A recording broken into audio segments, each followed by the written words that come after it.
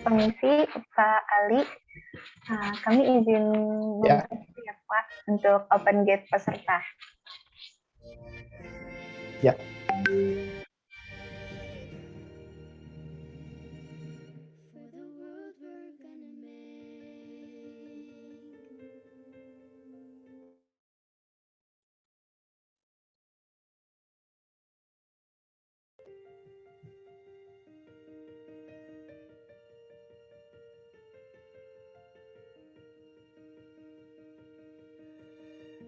I close my eyes and I can see a world that's waiting up for me, that I call my own.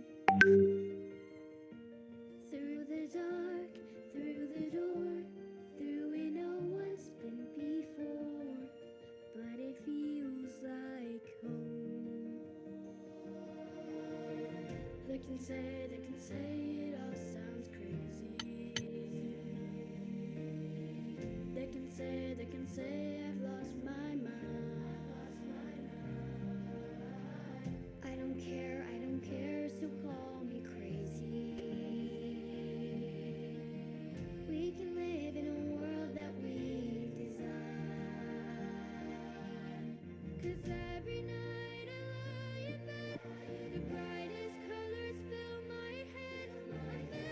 A million dreams are keeping me awake. I think of what the world could be, a vision of the one I see. A million dreams is all it's gonna take. And a million dreams for the world we're gonna make.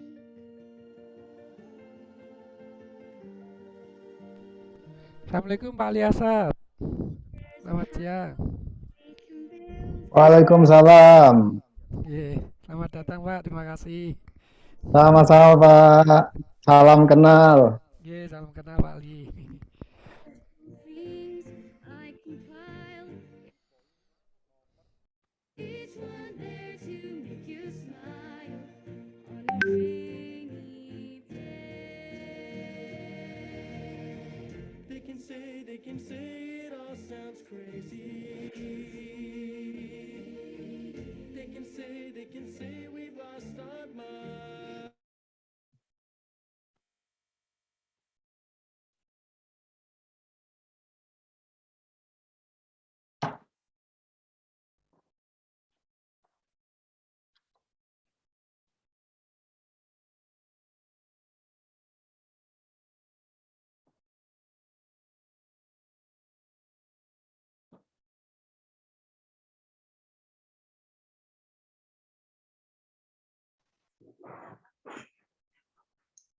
Assalamualaikum warahmatullahi wabarakatuh. Salam, Om Swastiastu, Namo Buddhaya, salam kebajikan. Selamat siang dan selamat datang saya ucapkan kepada yang terhormat Bapak Sukir selaku Faculty Officer dari SIG UBSC, dan juga saya ucapkan selamat datang kepada yang terhormat pemateri kita Bapak Ali Asyad, dan juga saya ucapkan selamat datang kepada para peserta webinar berjudul One of the Newest Innovation in Renewable Energy, Hot Sedimentary Aquifer Geothermal. Puji syukur kita panjatkan atas rahmat-Nya, kita masih bisa berkumpul bersama pada acara siang ini, meskipun dilaksanakan secara online. Dan semoga kita selalu diberikan kesehatan di masa pandemi seperti ini. Sebelum memulai acara, perkenankan saya, Ardia Yuchainingrum, selaku moderator pada siang hari ini untuk membacakan susunan acara. Susunan acara yang pertama yaitu pembukaan, lalu dilanjutkan dengan sambutan dari Ketua Pelaksana dan Faculty Advisor kita, Bapak Sukir, lalu kemudian pembacaan tata tertib, dan dilanjutkan dengan acara inti yang berupa sesi pemaparan materi, dan sesi tanya-jawab, dan terakhir dokumentasi serta penutupan. Sebelum memasuki acara selanjutnya, alangkah baiknya kita berdoa sesuai agama dan kepercayaan masing-masing. Berdoa dipersilahkan.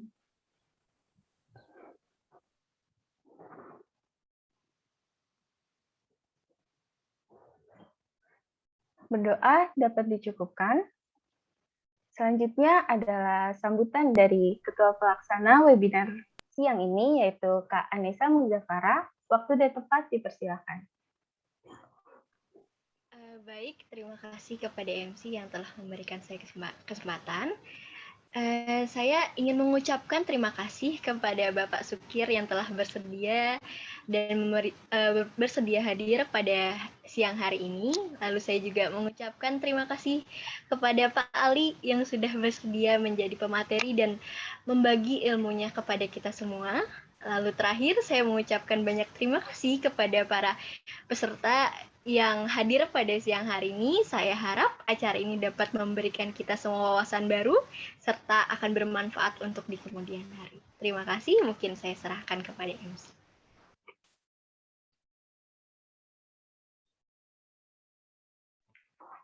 Baik, terima kasih kepada Kak Anissa atas sambutannya. Mungkin selanjutnya adalah sambutan dari Pak Sukir. Waktu dan tempat dipersilakan.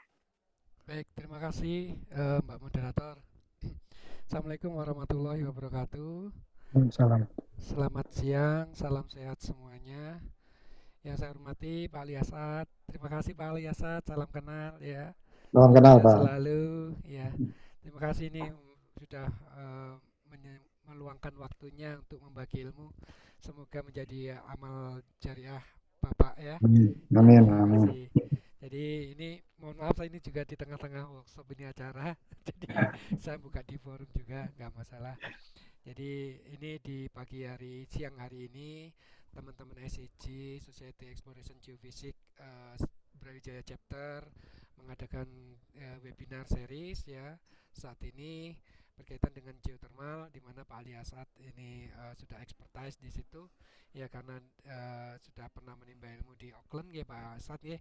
Jadi saya kira ini sangat pas gitu.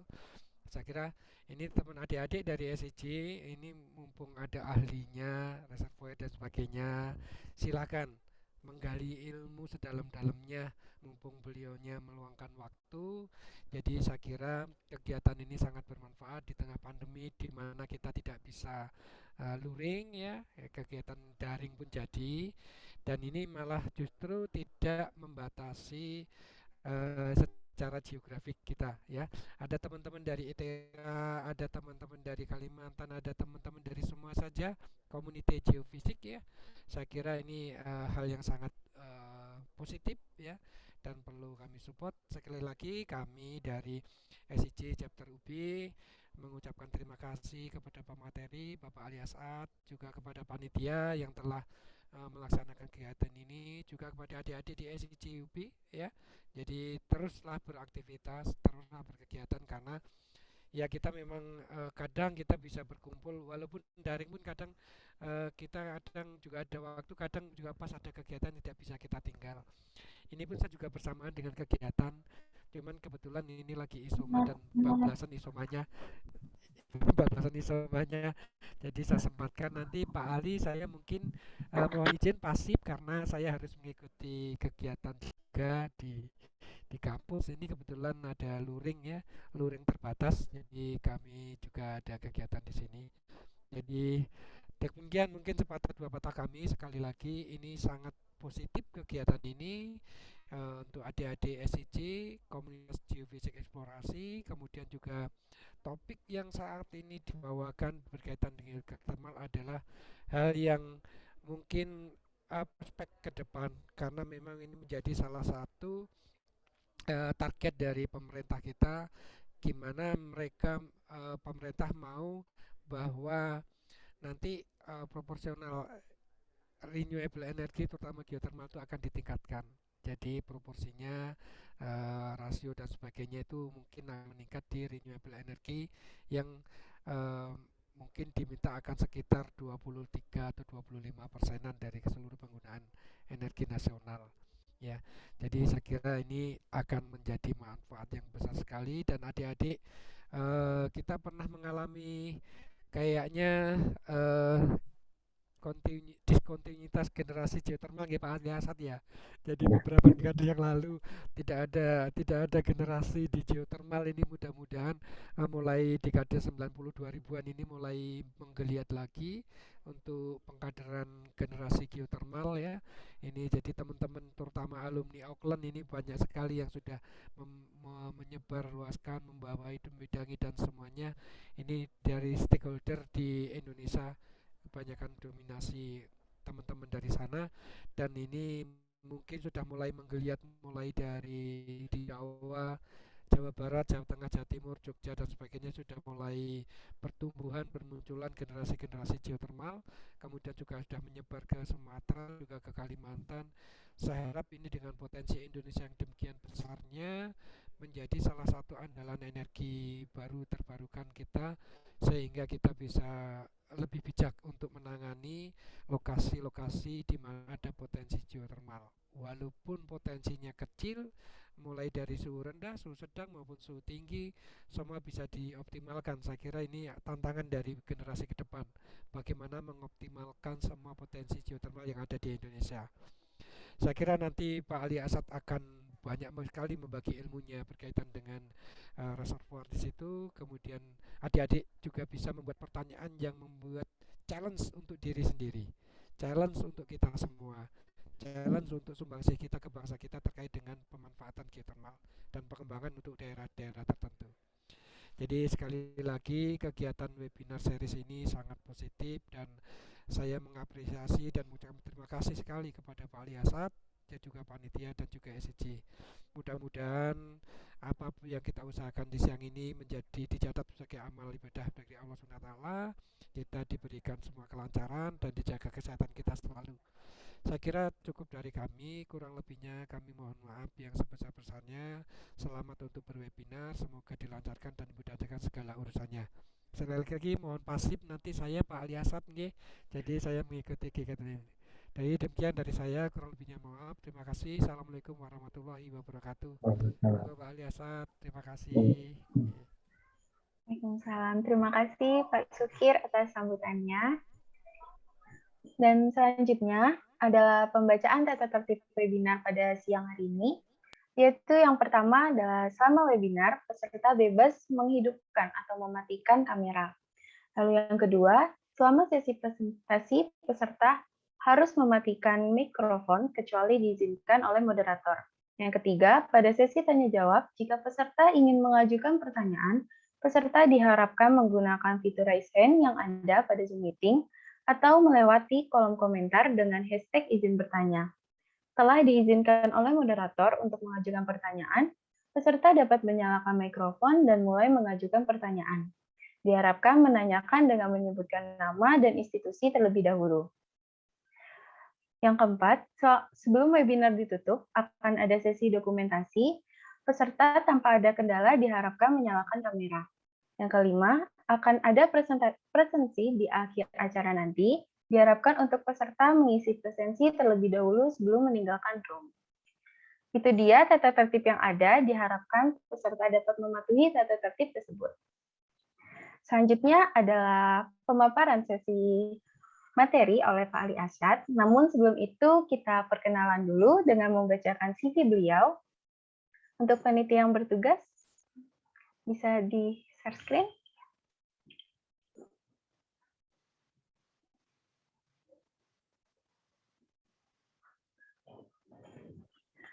Pemateri kita pada siang hari ini yaitu Pak Ali Asad. Beliau berdomisili di Kabupaten Pati, Jawa Tengah. Pada tahun 1989 hingga 1997, beliau merupakan undergraduate Petroleum Engineering Department Institut Teknologi Bandung. Lalu pada Maret hingga November 1999, beliau merupakan postgraduate program pada Geothermal Postgraduate Diploma di Geothermal Institute, The University of Auckland, New Zealand.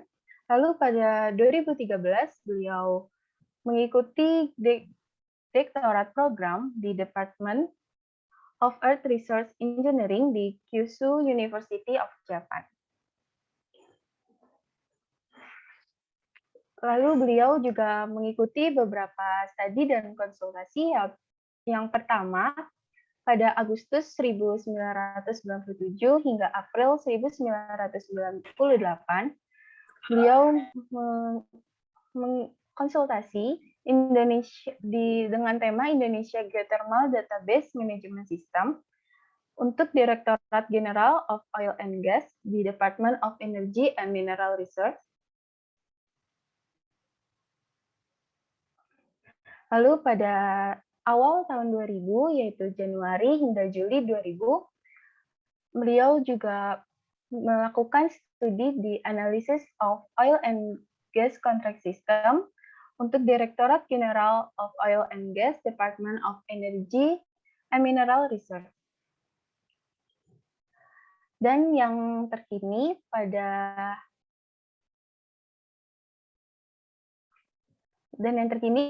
April 2021, beliau mengikuti Evaluation of ACE 10A Well Test Program Consultant Service Award for Geothermal Energy. Beliau juga pernah bekerja pada Agustus 1997 hingga saat ini di Research Associasi di Geothermal Lab ITB. Lalu pada September 2006 hingga Oktober 2007, beliau menjadi Expert Staff of Risk and Insurance Board of Commissioner di perusahaan gas negara. Lalu pada Juli 2008 hingga Januari 2009, beliau menjadi Technical Advisor for Magma Nusantara. Lalu pada Agustus 2008 hingga saat ini, beliau menjadi Visiting Lecturer at Master Degree Program di Geothermal Teknologi ITB dan menerbitkan beberapa paper, salah satunya Geothermal Reservoir Engineering. Lalu pada Juli 2010 hingga Agustus 2012, beliau mendapatkan Independent Consultant for Pertamina Upstream Directorate in New and Renewable Energy Business Development. Lalu pada Mei 2012, hingga saat ini, beliau menjadi Advisory Board Magister Program di Geothermal Teknologi Institut Teknologi Bandung. Pada November 2012 hingga Februari 2013, beliau menjadi Independent Consultant for Pertamina Geothermal Energy untuk building Ulu Belu Reservoir Model. Lalu pada November 2013 hingga Februari 2019, beliau mengikuti Geothermal Capacity Building Program di Cooperation between Indonesia and the Netherlands. Beliau juga aktif mengikuti beberapa international assignment. Yang berikut adalah international assignment dari beliau. Bisa di next. Beliau juga melakukan beberapa research. Yang pertama yaitu menjadi team member of OPINET, Optimization on Gas on Oil Transmission and Distribution Pipeline Network di Research Group April pada 2003 hingga 2008. Lalu beliau juga meresearch karakterisasi of geothermal production well around injection well using Markov chain approach di ITB Research Grant 2006. Dan yang terakhir adalah beliau melakukan research fruitful injection simulation on geothermal field pada ITB Research Grant 2007. Beliau juga mengembangkan beberapa software, salah satunya pada Februari 2012 hingga saat ini, yaitu TOUGH2 Conversion from Fortran Programming Language to C++ and from a single processor to multiprocessor. Lalu beliau juga menjadi Journal Reviewer yang terkini pada Januari 2020 hingga saat ini. Beliau menjadi EGOG Indonesia Journal on Geoscience Geological Agency di Ministry of Energy and Mineral Research. Lalu beliau juga menerbitkan sebuah buku yang berjudul Igniting the Ring of Fire, A Vision for Developing Indonesia Geothermal Power yang dipublikasikan oleh World Wide Fund for Nature Juni 2012, dan juga beliau mengikuti beberapa publication history.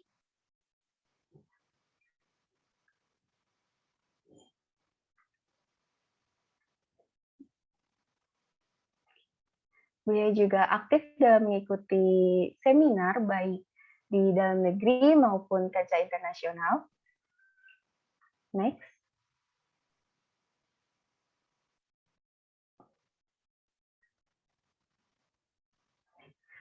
Dan beliau juga mengikuti menjadi geothermal instructor yang membuat beliau sangat cocok menjadi pemateri kita pada siang hari ini.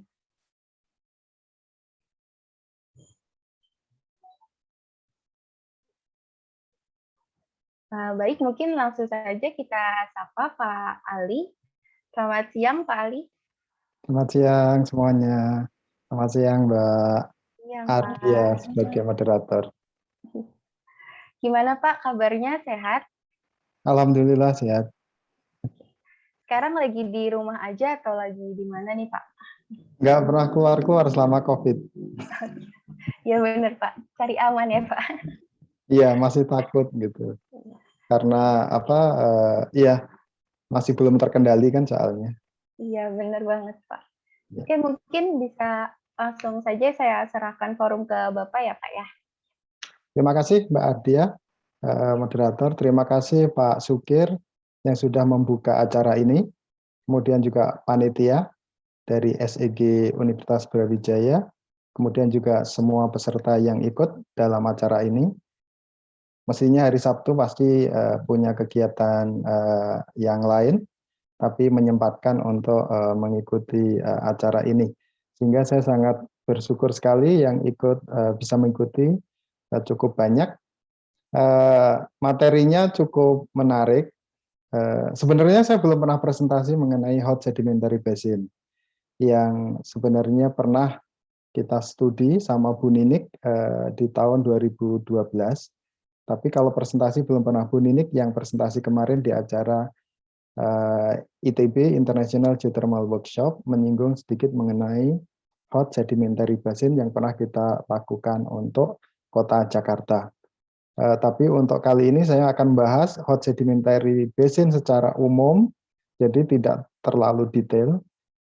Dan selama saya tadi sudah menyampaikan kepada panitia bahwa peserta boleh menanyakan langsung saat saya menyampaikan materi, jadi supaya tidak lupa dengan apa yang mau ditanyakan, jadi tidak usah menunggu sampai presentasi saya selesai. Jadi presentasi saya juga tidak yang rumit, ini yang sederhana saja. Jadi bukan yang advance sekali, tapi lebih umum materinya. Yang penting bahwa kita memahami apa itu hot sedimentary basin, dan sebetulnya ke depan itu kira-kira seperti apa. Dengan memahami itu, kita pasti akan terbayang kira-kira ke depan seperti apa. Baik, akan langsung saya mulai dengan presentasi saya. Saya izin share screen. Oh, sebentar saya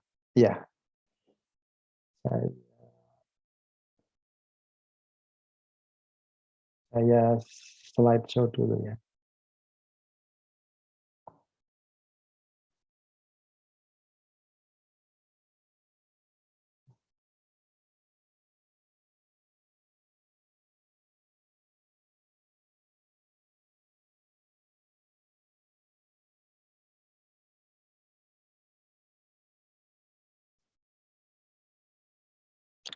Oke.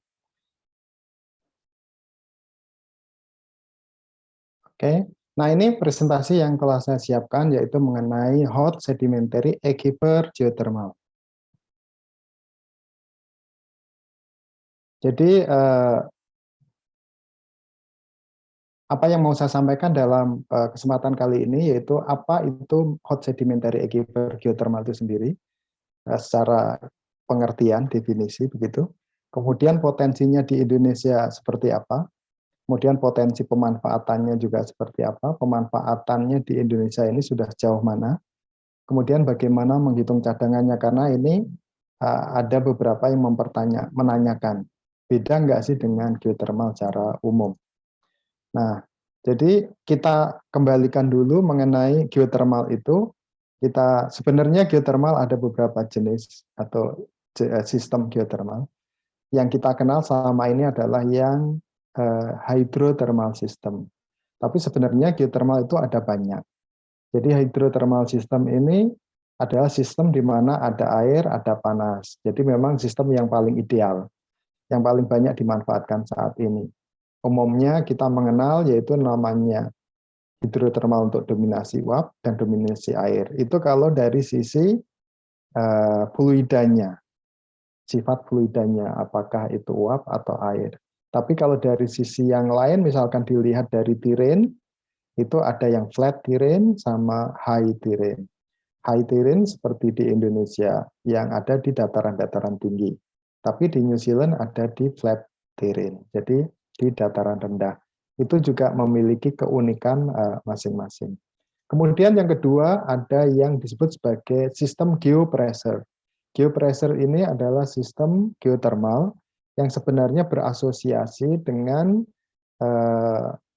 fluida gas metana dan juga air brine yang ada di dalam salt dome. Jadi biasanya itu salt dome itu adalah kubah garam itu isinya adalah brine, tapi biasanya juga terdapat kandungan metana yang cukup tinggi. Nah, jadi metana yang cukup tinggi terjebak dan larut di dalam air asin tadi. Kita tahu bahwa gas bisa larut di dalam air pada tekanan tinggi. Seperti CO2 bisa larut juga di dalam air dalam tekanan tinggi, misalkan seperti di Coca-Cola. Kemudian juga gas lain juga sama. Jadi metana pun larut di dalam larut di dalam air asin di dalam kubah garam. Jadi karena ini tekanannya tinggi sehingga dan kita tahu bahwa makin dalam suatu lokasi di dalam bumi temperaturnya akan makin tinggi. Otomatis meskipun dia itu bukan geothermal yang kita kenal secara umum, jadi tetap memiliki temperatur lebih tinggi. Nah, sehingga pada saat fluida dari salt dome ini diproduksikan, maka keluar ke permukaan, gas metannya akan keluar, kemudian juga geothermalnya bisa dimanfaatkan dari brine yang panas tadi. Biasanya tekanannya cukup tinggi. Jadi tekanannya tidak hanya cukup tinggi, tapi sangat tinggi. Tapi temperatur umumnya medium. Biasanya misalkan 150, 180 derajat. Tapi tekanannya yang sangat tinggi. Sampai di atas 100 bar di kepala sumur. Nah, karena kandungan air yang sangat tinggi garamnya, jadi sangat korosif, sehingga umumnya mendapatkan masalah di permukaan, yaitu material-materialnya. Oleh sebab itu, geopressure ini pemanfaatannya masih sangat rendah, sangat kecil. Jadi di Australia banyak, kemudian di potensinya, kemudian di Amerika juga banyak, tapi pemanfaatannya masih sedikit, karena masih rumit urusan mengatasi masalah material. Kemudian yang kita bahas yaitu hot sedimentary basin aquifer. Ini sebenarnya banyak sekali namanya sedimen, kan banyak ya, sedimentary basin.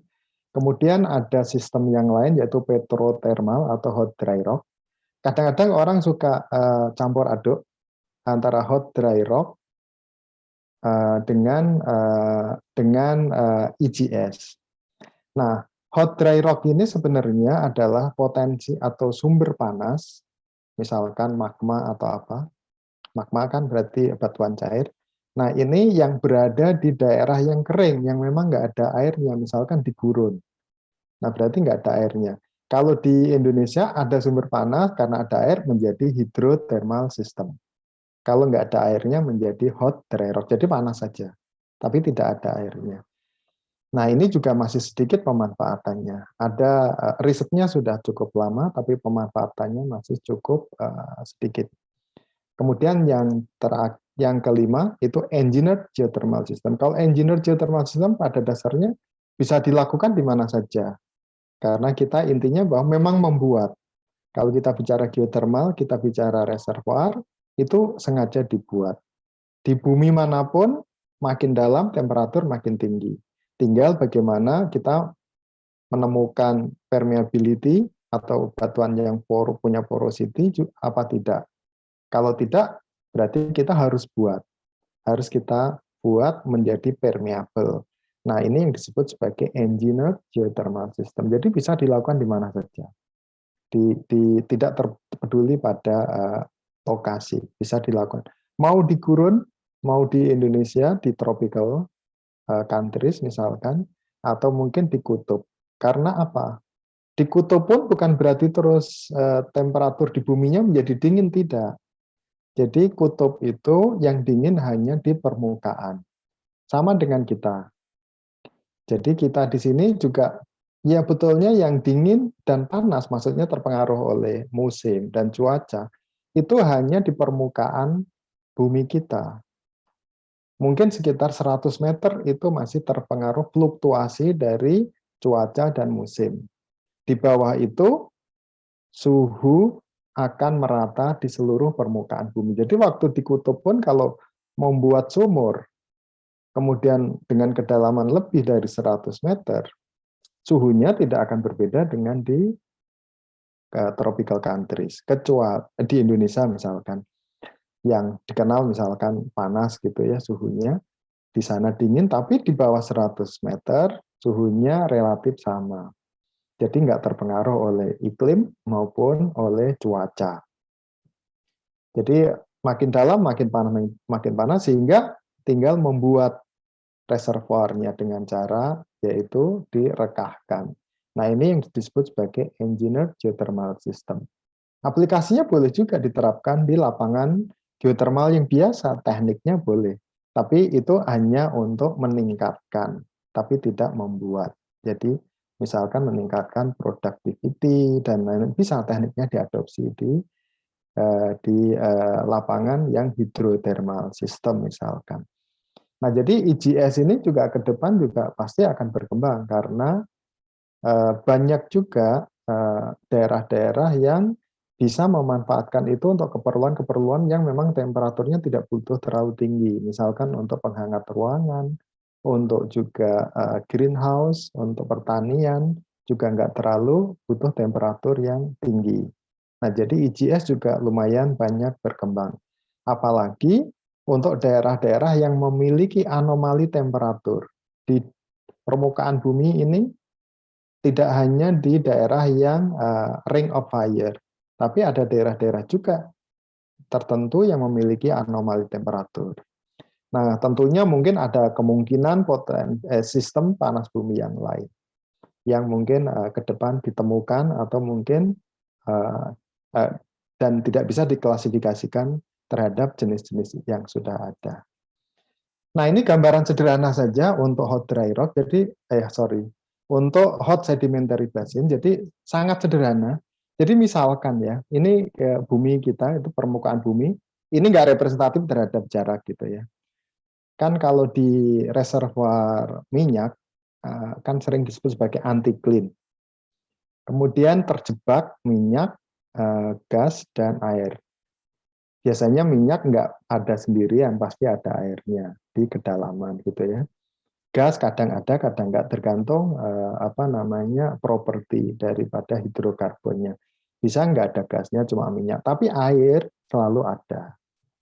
Jadi air selalu ada. Jadi kita tahu juga bahwa kalau kita ngebor semakin dalam ke dalam bumi, maka temperatur akan naik. Jadi gradien normal bumi ini kira-kira adalah 30 derajat Celcius per kilometer. Jadi kalau kita ngebor 1 kilo, kita akan mendapatkan tambahan temperatur 30 derajat. Nah, jadi kalau kita ngebor 2 kilo, tapi kalau misalkan kita ngebor, misalkan kita punya sumur dalamnya 1 kilo, maka dapatnya kira-kira 55 derajat. Kenapa? Karena di permukaan mungkin suhunya 25, ditambah dengan 30 jadi 5. Kalau kita ngebor 2 kilo, dapatnya 85. Jadi sebenarnya kalau kita butuh untuk misalkan penghangat ruangan, atau untuk greenhouse pertanian, kan nggak butuh temperatur yang tinggi ya. Kalau tinggi justru ya bagus juga, nanti bisa kapasitasnya bisa lebih besar. Tapi maksudnya suhu 85 sudah sangat cukup untuk penghangat ruangan, untuk greenhouse. Nah, otomatis kalaupun nggak ada sistem panas bumi di tempat itu, misalkan dengan engineered geothermal system, otomatis kita juga bisa mendapatkan fluida dengan temperatur 85 yang bisa dimanfaatkan. Nah, ini makanya ke depan seperti EGS juga akan berkembang karena bisa bermanfaat dimanapun, tidak peduli lokasi. Nah, otomatis kalau kita menembus suatu zone reservoir minyak, berarti kita juga menemukan air brine yang memiliki temperatur cukup tinggi juga. Di kedalaman 2000, kalau sumur itu di 2000, ya dapatnya ya mungkin 85 derajat kira-kira gitu ya kalau gradiennya normal. Cuma masalahnya kan selama ini misalkan kita ngebornya di minyak, dapatnya minyak. Ngebor lebih dalam dapatnya ya air gitu. Kalau minyak terproduksi juga nggak hanya minyak, tapi juga terproduksi airnya juga, dari campuran minyak dan air. Jadi, namun terdapat lokasi di bumi yang memiliki anomali temperatur atau memiliki gradien termal lebih besar dari normal. Jadi, ini di kondisi normal, kondisi yang gradien temperatur lebih tinggi, mungkin tidak perlu terlalu dalam untuk menghasilkan temperatur yang sama. Atau pada kedalaman yang sama, mendapatkan temperatur lebih tinggi. Sehingga bisa aja ngebor 2 kilo, dapatnya misalkan sudah di atas 100 derajat Celcius. Nah, ini kalau kita lihat, berarti kalau sebenarnya kalau secara umum bisa dikatakan semua potensi hidrokarbon itu adalah potensi juga terhadap geothermal, yaitu untuk hot sedimentary basin. Jadi karena apa? Ya karena tadi ada, biasanya hidrokarbon juga ada airnya.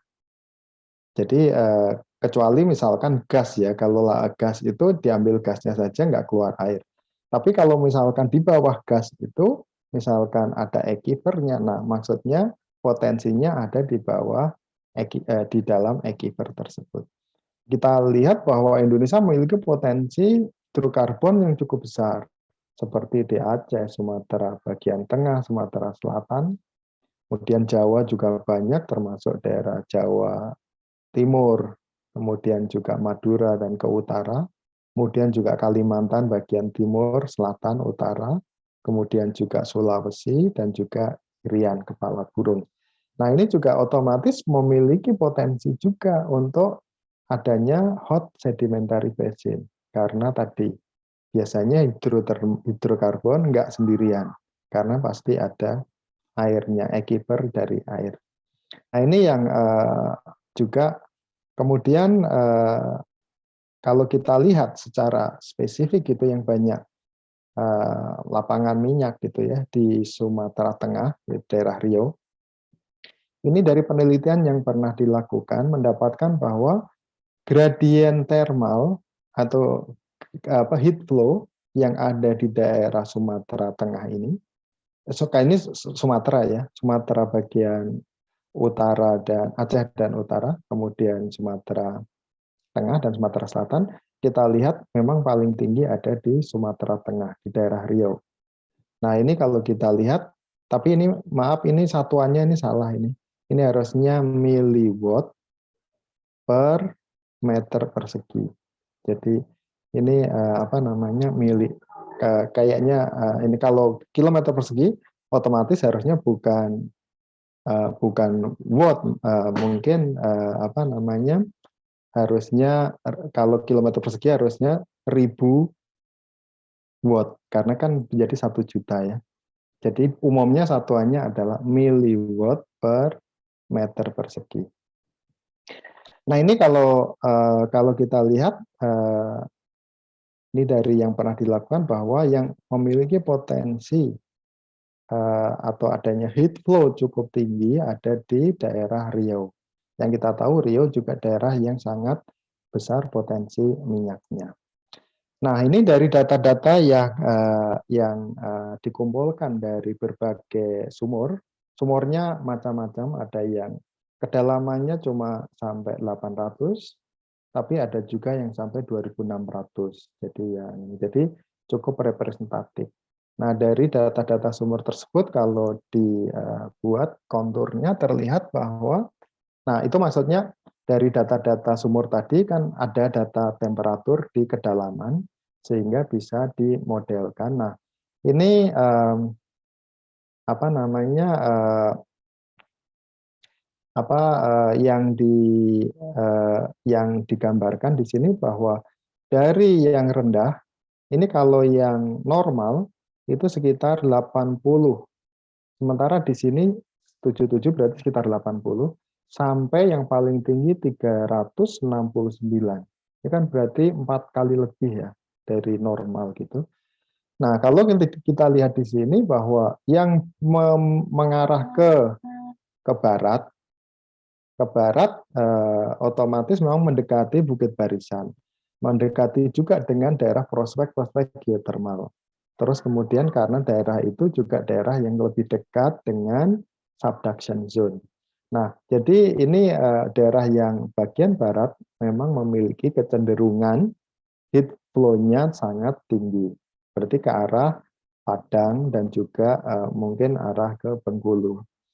Nah, jadi ini heat flow. Kalau dikonversi ke temperatur, gradien temperatur, itu didapatkan bahwa kalau normal kan 30 derajat per 100 meter. Ini kita lihat ada yang sampai paling tingginya yaitu 191 derajat per kilometer. Jadi sangat panas sekali. Jadi potensinya sangat besar. Dan kalau ini saya nggak diteruskan, jadi heat flow ini, yang tinggi ini, yang anomali ini, sampai juga ke di sini kan Singapura ya. Di sini juga Singapura. Makanya Singapura juga mereka juga cukup aktif juga melakukan penelitian geotermal dan juga memanfaatkan geotermal untuk pendingin. Jadi digunakan untuk pendingin ruangan. Jadi karena heat flow ke arah di daerah Sumatera Tengah sampai ke Singapura masih cukup, sampai Singapura juga masih cukup tinggi. Nah, kemudian kalau kita lihat terus untuk apa sebetulnya potensi yang hot sedimentary basin itu? Ya kalau kita tanyakan untuk apa, kegunaannya bisa dimanfaatkan juga dengan pemanfaatan yang sama dengan geothermal pada umumnya, yaitu untuk manfaatan yang langsung maupun yang tidak langsung. Yang tidak langsung untuk listrik, yang langsung untuk ya berbagai macam keperluan, tergantung temperaturnya. Tapi secara umum memang kalau di atas 225 derajat, ini umumnya bisa digunakan untuk listrik, dan listriknya adalah listrik dengan siklus konvensional, dengan flash system misalkan. Kalau antara 125 sampai 225 sering disebut sebagai medium enthalpy, ini umumnya menggunakan binary. Kemudian juga kalau kurang dari 125 atau low enthalpy, itu biasanya untuk direct use. Kita lihat di sini 200 derajat, ini bisa untuk listrik. Di bawahnya juga bisa digunakan untuk binary. Kemudian untuk yang di bawah itu bisa untuk berbagai macam keperluan, untuk pengeringan dan lain-lain. Ini pemanfaatan sesuai dengan temperaturnya, bisa berbagai macam. Cuma kalau kita bicara geothermal pun, kalau temperaturnya kurang dari 225, ini umumnya itu tidak bisa ngalir sendiri. Kalau sumur geothermal kan ngalir sendiri, yang temperatur tinggi. Kalau di bawah 225, umumnya mau nggak mau harus diproduksikannya dengan menggunakan pompa. Jadi harus dipompa. Nah, untuk yang hot sedimentary basin, umumnya di bawah 225. Jadi umumnya masuk kategori yang ini. Atau mungkin bahkan yang di bawah 125. Jadi jarang yang sampai ke 200 watt. Atau jarang yang bisa dimanfaatkan untuk listrik dengan siklus konvensional. Paling top adalah digunakan untuk listrik yang menggunakan binary system. Kemudian untuk ini, apakah sudah banyak pemanfaatannya? Banyak pemanfaatannya. Misalkan ini di Belanda. Di Belanda kita lihat, meskipun bukan di daerah yang ring of fire, tidak dikenal memiliki potensi panas bumi, tapi sebetulnya punya potensi panas bumi, yaitu potensi dari hot sedimentary basin. Dan pemanfaatannya sangat besar, terutama untuk pertanian. Jadi kita lihat yang merah-merah ini adalah potensi yang bagus-bagus. Kemudian yang kuning itu adalah yang possible potensial, yang kuning. Yang unknown berarti antara belum disurvei, tidak tahu, belum disurvei, atau memang sudah tahu, tapi mungkin nggak terlalu menarik, tapi kita juga nggak tahu. Tapi yang jelas cukup banyak potensi dari geothermal dari hot sedimentary basin. Pemanfaatannya sudah sangat-sangat banyak untuk greenhouse. Negara Belanda negara yang sangat kecil kalau dipikir gitu ya. Tapi pertaniannya adalah eksportir pertanian terbesar kedua di dunia setelah Amerika karena banyak menggunakan potensi dari hot sedimentary basin. Jadi menggunakan greenhouse. Jadi ini salah satunya untuk bunga. Ini dari mulai pembibitan sampai nanti ini sampai bisa dijual. Nah, ini di daerah yang dekat-dekat perkampungan, jadi ya biasa saja gitu. Jadi dekat kampung situ perumahan, kemudian ada pemboran sumur geotermal, ada sumur geotermalnya, kemudian ada greenhouse-nya cukup besar. Dan seperti ini tuh banyak sekali di Belanda untuk berbagai macam, tidak hanya bunga, bisa untuk tomat, bisa untuk sayuran yang lain gitu. Jadi berbagai macam produk yang dihasilkan dari greenhouse yang menggunakan hot sedimentary basin. Rata-rata pemborannya sekitar 1.500 sampai 2.000 meter. Ya kita misalkan ya, kalau misalkan tadi, kalau ngebor 2.000, kemungkinan dapat suhunya kan sekitar 85 derajat. Kalau misalkan dibor 1.000, ya mungkin dapatnya mungkin sekitar 30 tambah 25 jadi 55. Jadi tergantung butuh suhunya berapa. Dan juga kira-kira reservoirnya ada di mana. Nah ini di pemborannya nggak bisa milih-milih gitu karena ya lokasinya banyak untuk ini karena kebutuhannya ada seperti ini pemboran sumur di Den Haag, pusat pemerintahan. Ya nggak, karena yang mau digunakan adalah district heating, artinya dipakai untuk yang dimanfaatkan panasnya. Kalau terlalu jauh ya habis panasnya untuk dikirim ke lokasi yang membutuhkan, sehingga memang harus dibor di situ yang dekat dengan kebutuhan. Nah, ini rencana digunakan untuk memanaskan 4.000 rumah. Jadi ini ya dekat-dekat dengan jalan, dekat dengan kantor dan lain-lain. Kalau di sini kan kita sering mendapatkan penolakan gitu ya. Sudah jauh dari lokasi pun masih pada menolak gitu karena kekhawatiran. Ya kalau misalkan untuk pemanfaatan langsung, kalau terlalu jauh ya nggak mungkin karena panasnya nanti habis di perjalanan. Makanya mereka justru ngebor mendekati lokasi daripada market. Ini misalkan ini juga dekat sekali kan dengan ya di kota, nggak milih-milih misalkan nanti di luar kota baru dikirim. Nah itu yang mungkin agak kurang sesuai karena kebutuhannya adalah kebutuhan panas. Kalau listrik nggak masalah bisa dikirim lewat kabel. Kalau panas dikirim lewat pipa, pasti ada yang namanya heat loss. Ya kalau dekat nggak apa-apa, tapi kalau terlalu jauh pasti terlalu banyak heat loss-nya. Nah, jadi di Belanda ini kita tahu bahwa Belanda kalau tadi di peta sebelumnya banyak potensi hot sedimentary basin karena Belanda juga memiliki banyak potensi minyak. yang masih mungkin berhubungan dengan potensi minyak di Laut Utara. Jadi reservoirnya yang mungkin juga masih banyak hubungannya dengan reservoir minyak dan gas di Laut Utara. Pemboran seperti ini di Belanda, ini keberhasilannya itu 100%. Jadi nggak ada risiko eksplorasi. Kenapa? Karena datanya sudah cukup lengkap. Data dari sumur minyak dan gas yang sudah ada.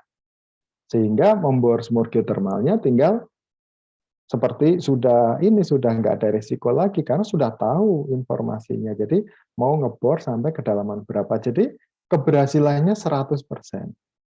Datanya sudah lengkap. Jadi ini keuntungannya kalau seperti di Belanda ini, jadi nggak ada risiko eksplorasi, jadi biaya bisa ditekan. Jadi waktu misalkan seorang petani, jadi seorang petani bisa ngebor sumur geotermal kalau di Belanda. Seorang petani misalkan punya kebun berapa hektar, kebutuhan panasnya berapa, kemudian selama ini menggunakan bahan bakar apa, misalkan gas misalkan, kan Belanda juga banyak juga gas dalam arti mungkin nggak cukup sih kalau ini, jadi impor dari misalkan dari negara Eropa yang lain termasuk mungkin juga malah dari Rusia. Nah kemudian kebutuhannya berapa, kemudian kalau dia ngebor geotermal, ngebor kedalaman misalkan 2000, butuh biayanya berapa, nanti petani ini bisa mengajukan misalkan pinjaman ke bank untuk mengkonversi kebutuhan dia dari gas menjadi geotermal. Jadi petani bisa memiliki geotermal kalau di Belanda. Kalau di sini kan mungkin lucu ya gitu, petani kesannya itu nggak akan bakal gitu sekaya itu gitu. Tapi kalau di sana mungkin pemilik sumur-sumur geotermal itu adalah para petani gitu. Risikonya rendah. Jadi sudah distudi segala macam, dapat approval dari bank mengenai pinjaman yang sering disebut sebagai financial close, dah langsung dilakukan. Sumur dibor, jadi kemudian dipakai untuk greenhouse. Dan akan memberikan banyak pengiritan dari biaya yang dikeluarkan sebelumnya.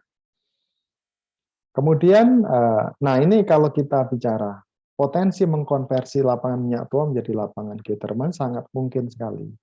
Jadi misalkan lapangan minyak tua, ini kalau yang water cut-nya sudah mendekati 100%, minyaknya sudah habis.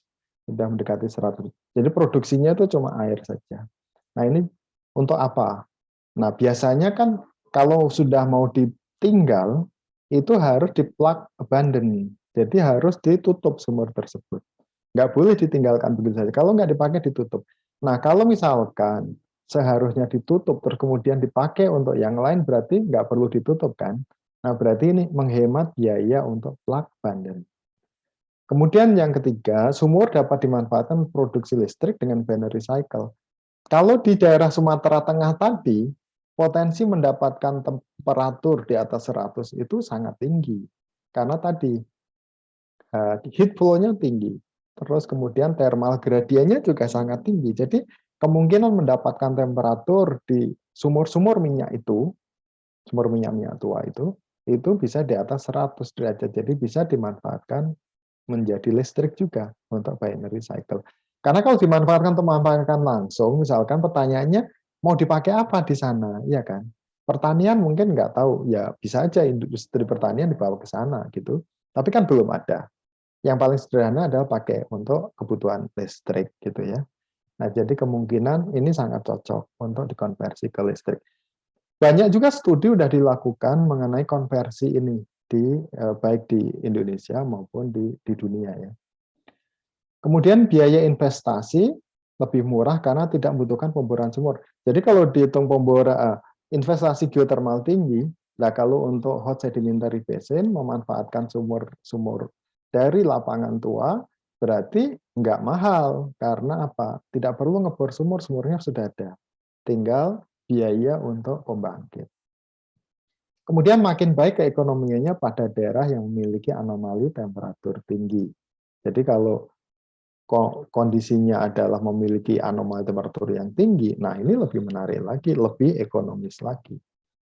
sudah diterapkan di beberapa lokasi di Amerika dan Cina. Ini juga sudah ada. Proyeknya sudah berjalan. Jadi tidak hanya dulu mungkin masih wacana gitu, masih penelitian, tapi sudah dipraktekkan di Cina, di Amerika juga. Dan tentunya ke depan akan banyak juga diterapkan di lokasi-lokasi lain di dunia, karena sebenarnya seperti memanfaatkan sesuatu yang sudah tidak ada manfaatnya gitu ya.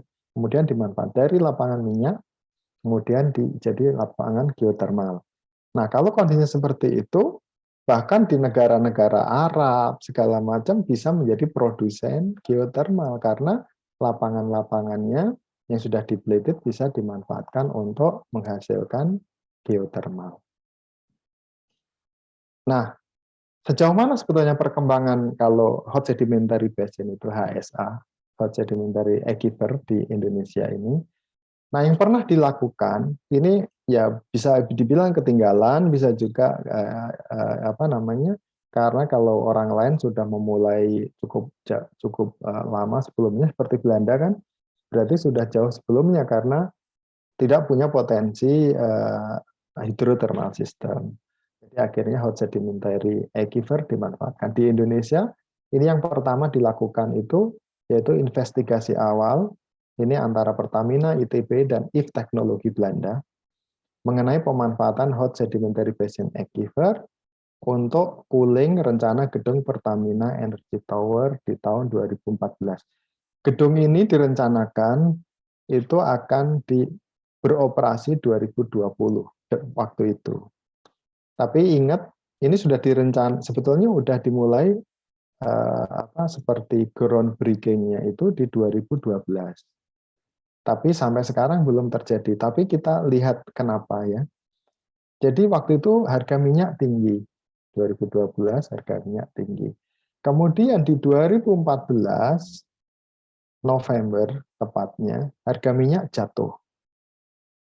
Jadi dari $100 per barel, bahkan pernah $120 per barel, kemudian anjlok. Anjlok, kemudian lumayan stabil lagi sampai saat ini di sekitar $70 per barel. Jadi pada saat anjlok itu kemudian rencana gedung ini dibatalkan. Nah, gedung ini rencananya seluruh Pertamina akan dikumpulkan menjadi di dalam satu gedung, dinamanya Pertamina Energy Tower. Lokasinya di daerah Kuningan. Nah, ini gedung ini tingginya 100, dulunya 100, tapi menjadi 99 lantai. Nah, jadi kita tahu sendiri bahwa kebutuhan energinya pasti sangat tinggi. Dan gedung ini direncanakan menjadi green building. Kalau green building standarnya macam-macam, jadi energinya harus renewable dan lain-lain. Kemudian pembangunan gedungnya harus green mungkin. Dari materialnya, prosesnya, segala macam. Jadi untuk memenuhi green building. Nah, tapi rencana ini bukan yang pertama, karena bahkan hot sedimentary aquifer untuk cooling gedung sudah dilakukan di Masdar City di Uni Emirat Arab. Jadi di Uni Emirat Arab sudah menerapkan. Jadi pada saat 2012 gedung ini direncanakan untuk dibangun, di Masdar City sudah beroperasi. Jadi bukan yang pertama. Nah, kemudian mengenai alasan pemanfaatan cooling untuk Pertamina Energy Tower Building ini kenapa? Ini kalau kita lihat dari desain yang ini kan, yang secara umum juga enggak hanya Pertamina Energy Tower, tapi secara umum kebutuhan gedung ini 60% dari 6 megawatt. Jadi gedung itu butuh 6 megawatt besar ya, gitu. Jadi kayak satu rumah kira-kira berapa? 1000 watt gitu ya. Jadi 1 kilo. Jadi kalau ini kan 6.000. Jadi gedung Pertamina Energy Tower ini sama dengan sekitar 6.000 rumah. Jadi cukup gede gitu. Jadi karena 99 lantai, besar sekali. Kemudian kebutuhan listriknya 60%. Tapi ini nggak hanya gedung Pertamina ya. Bayangkan aja sendiri di dalam rumah. Ini kalau di dalam rumah, nggak tahu kalau di daerah lain, kalau di Jakarta ini kan misalkan satu rumah, itu satu ruangan aja ya, satu ruangan. Satu ruangan itu pakai AC. AC-nya itu sekitar mungkin 60 atau 600 misalkan watt. Atau mungkin kalau efisien mungkin berapa, anggaplah 500 watt. Sementara kalau listriknya itu cuma berapa watt, ya kan? Terus kemudian keperluan-keperluan yang lain seperti TV misalkan dan lain. Jadi memang kebutuhan utama itu adalah cooling. Tidak hanya gedung, tapi rumah-rumah kita rata-rata nggak jauh dari itu. Nah, dari 660 berarti kira-kira hampir 4 mega itu adalah untuk coolingnya. Nah, karena gedung ini pengen mengejar untuk mendapat sertifikat green building, berarti kalau bisa mengkonversi kebutuhan yang sekitar 4 mega tadi menjadi dari energi yang renewable, sehingga kemungkinan untuk mendapatkan grade yang tinggi itu sangat mungkin terjadi. Nah, itu sebetulnya cita-citanya. Nah, oleh sebab itu, ini harus dikonversi, yaitu coolingnya harus dikonversi menjadi geothermal supaya green standarnya meningkat. Nah, efisiensi cooling ini dengan menggunakan adsorption refrigerasi ada 2 sistem, yaitu yang adsorpsi dan kompresi. Kompresi itu pakai kompresor yang seperti kita pakai di rumah-rumah, itu kompresi, jadi ditekan. Kalau adsorpsi nanti prosesnya agak berbeda, jadi panas nanti dia menyerap panas, melepas panas, kira-kira seperti itu. Nah, menggunakan ini seperti kalau nggak salah mungkin lithium gitu ya, lithium bromida. Nah, jadi untuk skala besar ini yang adsorption refrigeration ini lebih efisien dari menggunakan kompresi. Jadi sangat cocok. Jadi ada sumber panas, kemudian menggunakan adsorption refrigeration sehingga coolingnya akan menjadi lebih efisien. Nah, kemudian pertanyaannya adalah, sekarang kan kebutuhannya sudah ada, kemudian bagaimana potensi geothermalnya? Nah, terdapat potensi geothermal dari hot sedimentary basin aquifer di Jakarta. Karena kita tahu di Jakarta, di Bekasi, kemudian di pantai utara Jawa itu banyak potensi migas. Otomatis juga ada potensi mendapatkan hot sedimentary aquifer. Bisa dijadikan sarana untuk meningkatkan awareness masyarakat mengenai geothermal. Nah, kalau berhasil ngebor di Jakarta, kemudian otomatis tadi seperti di Belanda itu mungkin terlaksana di Indonesia juga. Mungkin masyarakat tidak perlu khawatir dengan pengembangan geothermal. Tidak perlu ada social resistance terhadap pengembangan geothermal karena dibuktikan memang tidak masalah, aman-aman saja. Kira-kira seperti itu. Salah satu tujuannya, makanya sebenarnya di dalam Pertamina Energy Tower ini dulu direncanakan ada juga museum geothermal. Di samping itu juga ada museum yang lain, karena apa? Di puncak dari gedung itu juga akan dipasang wind turbine yang cukup besar. Sehingga juga menjadi museum juga untuk energi wind. Jadi ada geothermal, ada solar, ada ini berbagai macam renewable energy meskipun kecil, dijadikan seperti museum di sana. Nah, kalau kita lihat gradien thermal di Jakarta, dari sumur-sumur, kan banyak sumur yang dibor ya di Jakarta. Kemudian ini sumur-sumur yang rata-rata nggak sampai 200 derajat, temperaturnya di 200 meter. Nah, ini kira-kira 37. Jadi gradiennya mungkin sekitar 4-6 derajat. Jadi tapi kita harus ingat juga di Jakarta, sekitar Jakarta seperti di Bekasi, Jatirarangon gitu ya. Kemudian juga di beberapa tempat di Taman Mini, kemudian juga di daerah Ciputat ada sumur-sumur pemboran migas yang cukup dalam. Nah, ini kalau di ini ada sumur ini ada JNG1, ada sumur-sumur yang dibor cukup dalam. Di Cikarang, ini ada di Tambun, di ini. Nah, ini sumur-sumur menggabungkan data-data dari sumur-sumur migas juga. Nah, kita lihat bahwa di sini ada yang miliwatt per ininya itu lebih dari 120. Tapi yang berarti yang hijau, yang hitam, ini biru ini itu adalah yang gradiennya normal. Tapi yang hijau itu adalah yang ada anomali 90 sampai 105. Jadi seperti di daerah-daerah ini sumurnya ada sedikit anomali.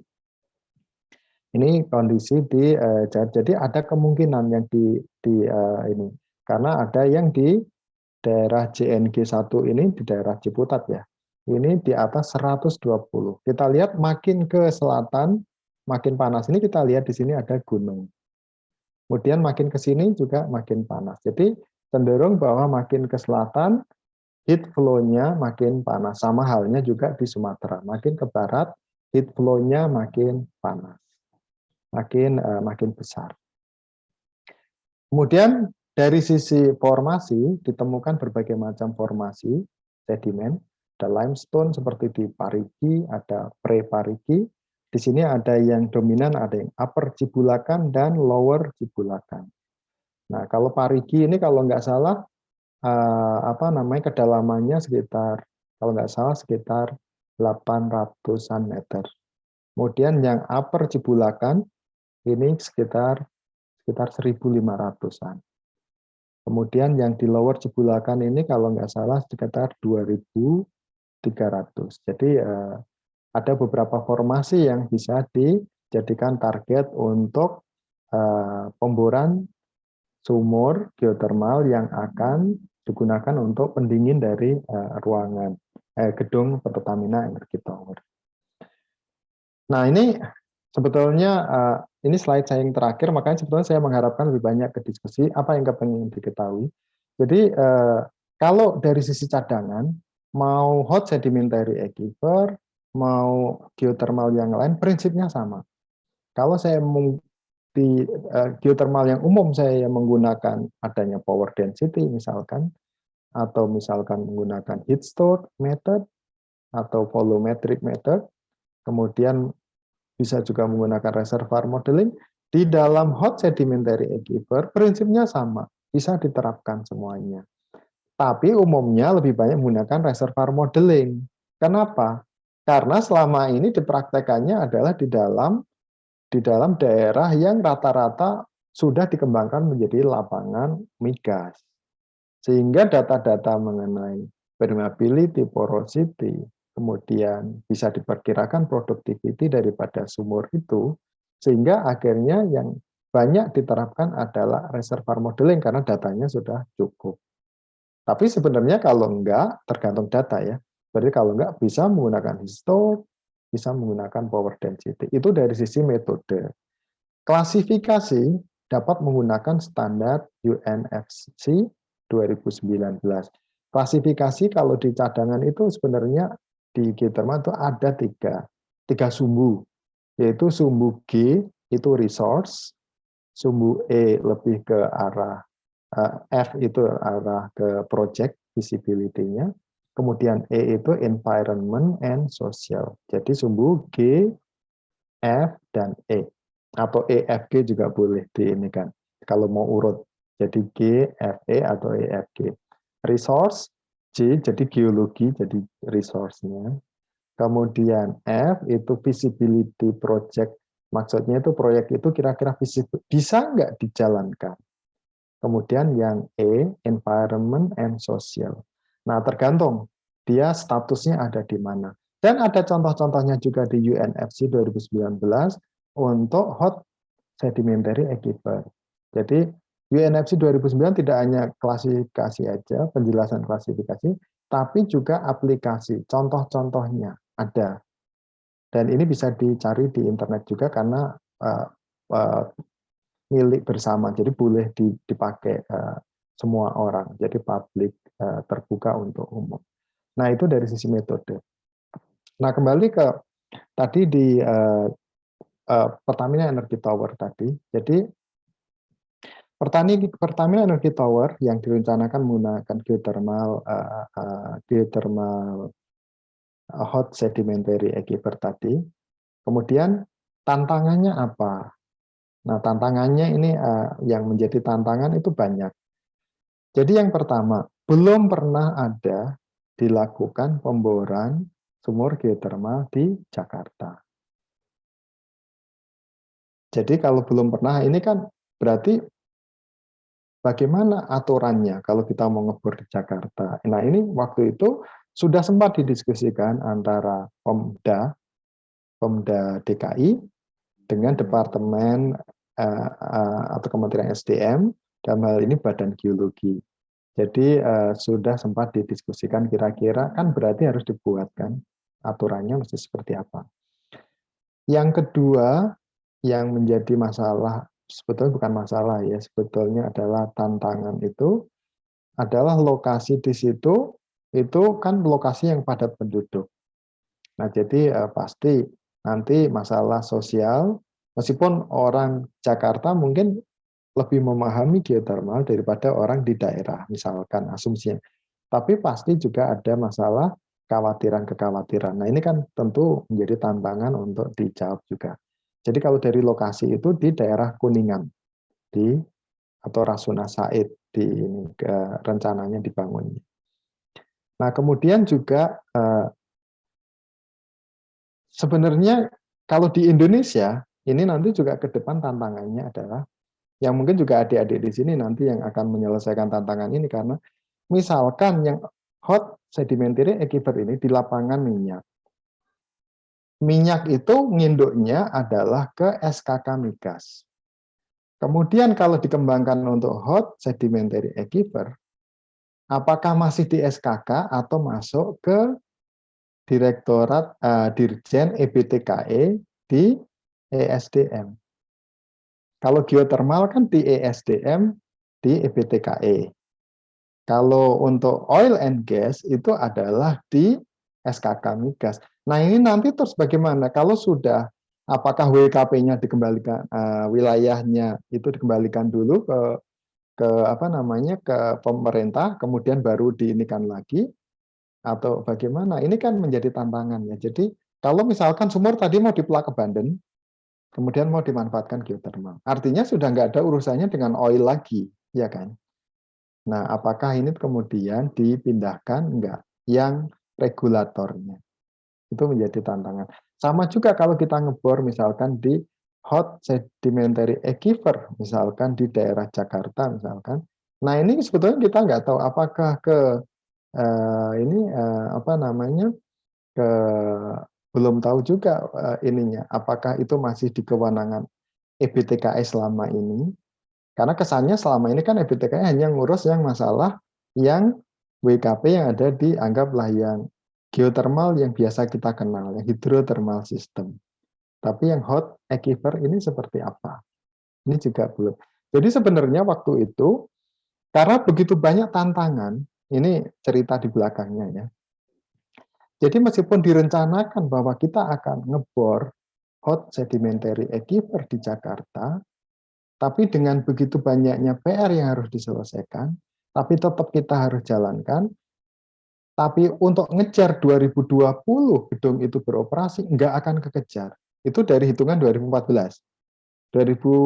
Jadi ada waktu sekitar 6 tahun, diperkirakan nggak akan selesai.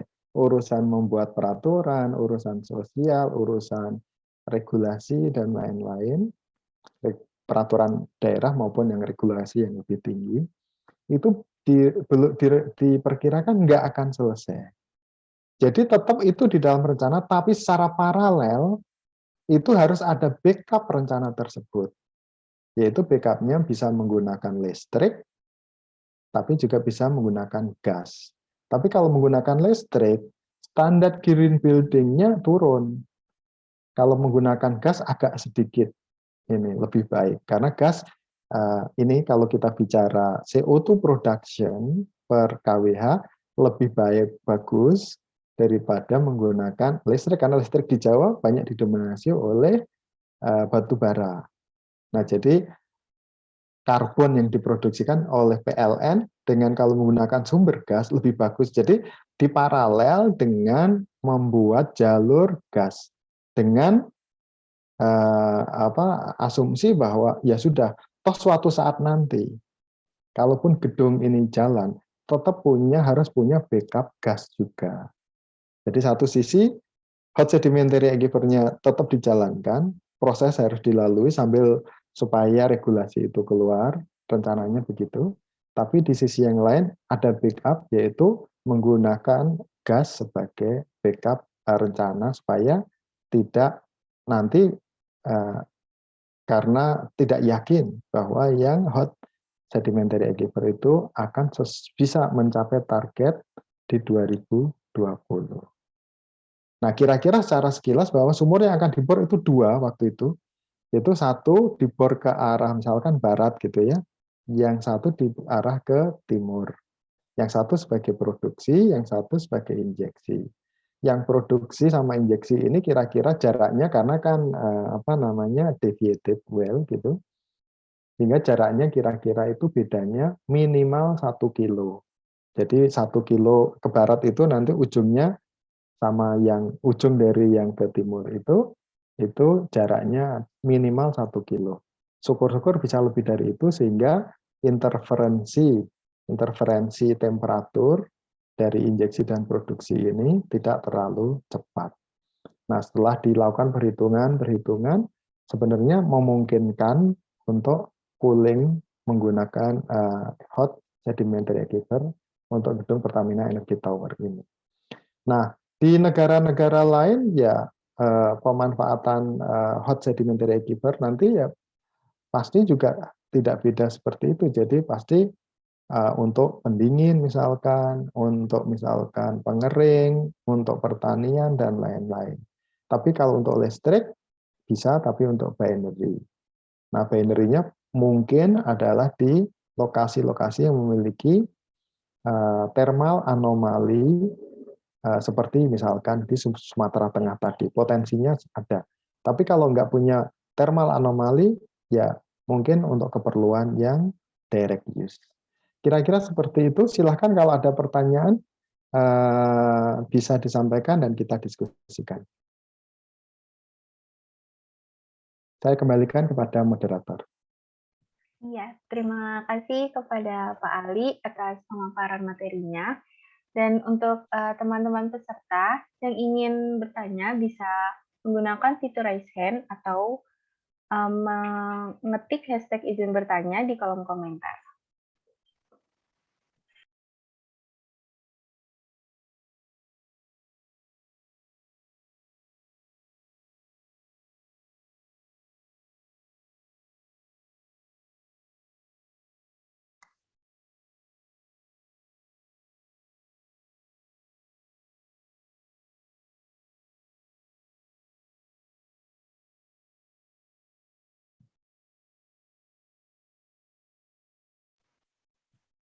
Mungkin dari Kak Alvira Galih terlebih dahulu. Untuk Kak Alvira Galih bisa menyalakan mikrofonnya. Terima kasih sebelumnya untuk Kak Moderator. Sebelumnya untuk Diah Retno izin dahulu ya. Selamat siang Pak Ali. Sebelumnya saya berterima kasih banget atas semua insight baru yang saya dapat dari Bapak selama ini.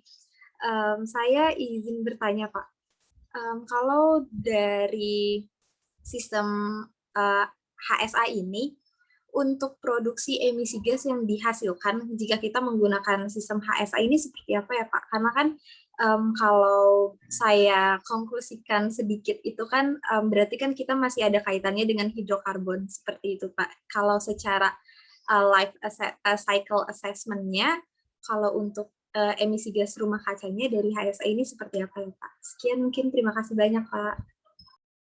Terima kasih pertanyaannya.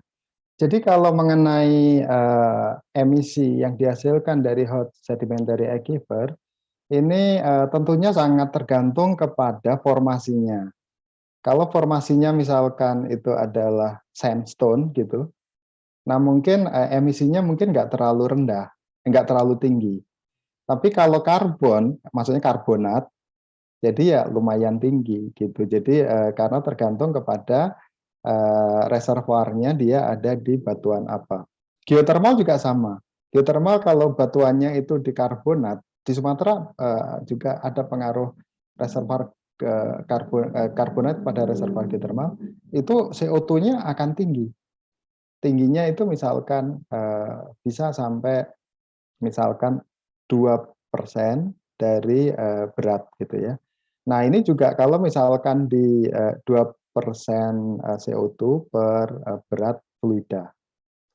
Tapi jangan dianggap kecil dulu ya, maksudnya 2% CO2 per. Kalau saya punya fluida geothermal, misalkan ini kan di dalam reservoir, waktu dia mengalir ke dalam sumur, kemudian kan yang CO2 kan larut di dalam air, yang 2% tadi. Pada saat dia flashing, berubah fasa, sebagian menjadi uap, CO2 keluar semuanya, hampir semuanya ya, 1/1000 mungkin masih di dalam air, 999-nya itu ke uap, artinya hampir semuanya pindah ke uap. Yang 2% pindah ke uap. Padahal perbandingan uap dan air itu misalkan airnya 80, kemudian uapnya 20. Berarti kan 1/4, oke? Kemudian yang dari 2 itu pindah menjadi 1/4, jadi konsentrasinya menjadi 8% karena menjadi 4 kalinya. Jadi kalau misalkan 2% berat, tapi pada saat di dalam uap nantinya itu bisa menjadi 8%. Nah, udah jadi bermasalah di dalam pembangkit panas bumi. Nah, jadi kembali lagi ke pertanyaan tadi, kalau batuannya itu adalah karbonat, itu mungkin bisa aja lebih dari 2% CO2-nya di dalam perbandingannya dengan massa dari fluida. Tapi kalau yang banyak sedimen, ya akan cukup kecil CO2-nya. Kira-kira seperti itu. Kecil mungkin akan kurang dari 1%. Kira-kira gitu. Terima kasih jawabannya, Pak Ali. Untuk Kak Alvira, apakah sudah menjawab? Sudah sangat menjawab. Terima kasih banyak Pak Ali dan terima kasih juga Sama-sama. moderator. Terima kasih pertanyaannya, Kak Alvira. Oke, langsung lanjut ke pertanyaan selanjutnya dari Kak Dia Retno. Dipersilakan. Baik, terima kasih kesempatannya untuk Kak Moderator. Selamat siang Pak Ali. Terima kasih Selamat Pak siang. atas penyampaian materinya, benar-benar insightful banget. Banyak banget hal baru yang saya dapatkan. Mungkin saya ada beberapa pertanyaan Pak. Yang pertama terkait sumur dari geothermalnya tersebut Pak, khususnya yang di HSA ini, apakah ada masa umurnya ya Pak? Maksudnya apakah sama seperti yang geothermal pada umumnya yang sudah dikembangkan? Itu untuk pertanyaan yang pertama, Pak. Lalu selanjutnya, pertanyaan yang kedua itu mungkin yang terkait pengembangan HSA khususnya yang di Belanda ya Pak, itu saya cukup penasaran Pak, kira-kira untuk pemborannya itu apakah memakai konvensional rig atau mungkin pakai slim hole ya Pak, karena kan itu di perkotaan gitu Pak. Terima kasih banyak Pak. Terima kasih pertanyaannya dari Mbak Diah. Yang pertama mengenai sebetulnya intinya kalau di lapangan tua sumur-sumur minyak ini, gimana sih saya cara memanfaatkannya untuk geothermal? Sebenarnya ada dua pemanfaatannya. Saya jelaskan dulu ya. Dua, yang pertama memang langsung menggunakan, jadi mungkin lebih familiar lapangan minyak mungkin ya. Jadi lapangan minyak itu sumurnya itu kalau memproduksi kan menggunakan cubing, tidak melalui casing. Oke? Kalau geothermal kan nggak ada production cubingnya. Jadi langsung casing itu bersifat juga sebagai tempat untuk produksi gitu. Jadi kalau sumur di minyak itu kan sumur, kemudian dalamnya dimasukkan cubing. Nah, kalau untuk pemanfaatan geothermal tidak perlu menggunakan cubing itu. Jadi cubingnya pertama harus dicabut saja gitu ya. Yang kedua, memang kalau di geothermal untuk memanfaatkan geothermal ini ya tetap seperti ini membutuhkan pompa. Karena kan temperaturnya itu enggak tinggi ya.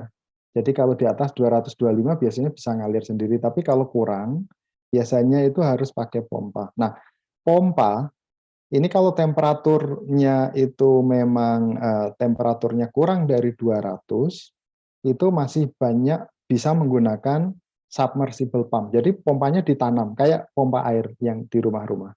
Jadi submersible pump, jadi bisa untuk memproduksi fluidanya tadi. Kalau sumurnya itu lebih dari 200 temperaturnya, meskipun jarang ya, tapi seandainya ada, ini yang mungkin hanya menggunakan yang model yang pakai shaft. Jadi mesinnya harus di permukaan. Jadi nanti kayak mesin pompa zaman dulu, pompa tradisional itu. Jadi karena apa? Peralatan-peralatan elektronik nggak mampu bertahan pada temperatur setinggi itu. Jadi otomatis dia harus ditaruh di permukaan, termasuk juga mesin semua di permukaan, tapi energinya diteruskan menggunakan misalkan seperti tongkat begitu ya, untuk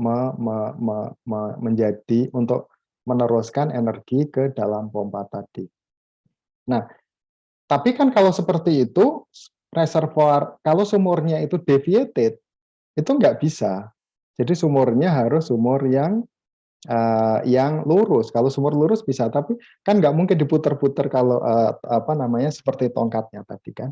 Jadi harus yang lurus. Kalau yang sumurnya miring, ya mau nggak mau harus pakai submersible. Tapi submersible pada temperatur tinggi tidak mampu. Jadi itu tantangannya. Nah, jadi tetap harus menggunakan pompa. Jadi itu salah satu komponen yang cukup memerlukan juga banyak energi atau mengkonsumsi energi dari output listrik nanti yang dihasilkan. Nah, jadi sumur minyak tadi, dari sumur yang minyak tadi, kalau mau dijadikan sumur geotermal tentu harus dilihat dulu. Apakah masih mampu digunakan untuk sumur geotermal atau enggak? Karena apa? Karena dulunya kan tidak didesain untuk sumur geotermal ya. Jadi harus dicek dulu apakah ketebalannya segala macam, kemudian juga materialnya cocok atau enggak untuk sumur geotermal. Misalkan kalau di geotermal kan kita menggunakan casingnya misalkan K55 misalkan. Nah, kira-kira yang sumur minyak tadi kira-kira setara dengan itu atau tidak gitu. Nah, jadi sehingga itu akan aman untuk diproduksikan. Nah, itu dari sisi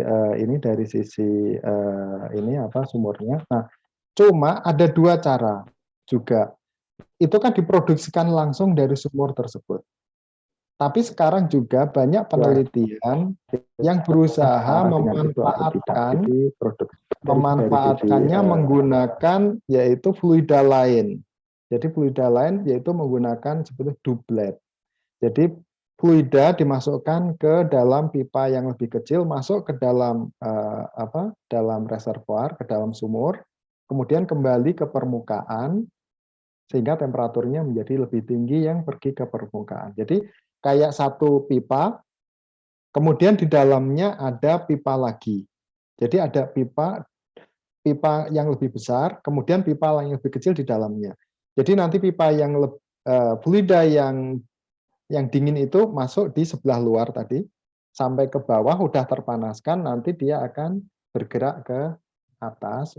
Setelah mendapatkan panas akan bergerak ke atas dan akan dimasukkan ke dalam misalkan ke pembangkit binary.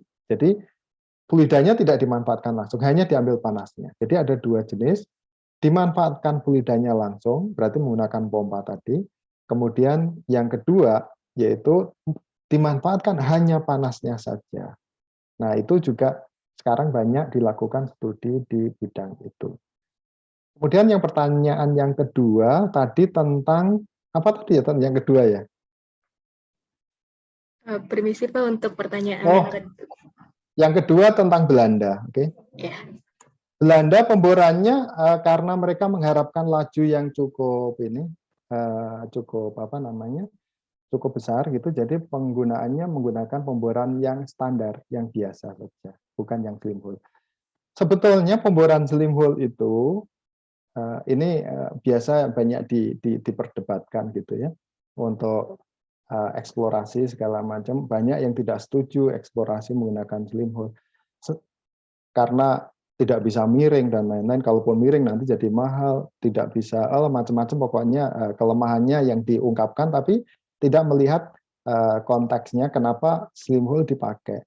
Slim hole itu dipakai karena berbagai hal, terutama masalah kalau tidak yakin tentang target yang akan dibor. Misalkan saya yakin sekali tentang prospek saya. Kalau yakin ya pakai standar saja. Tapi kalau nggak yakin pakai slim hole. Kenapa? Nggak yakin kok pakai yang mahal kan begitu. Jadi kalau nggak yakin pakai yang murah-murah saja gitu kan. Kalau yakin pakai yang mahal. Nah awalnya sebetulnya slim hole begitu. Kemudian slim hole juga dipakai itu karena ada alasan lain. Misalkan kesulitan lahan. Karena kalau standar itu kan punya kebutuhan lahannya besar.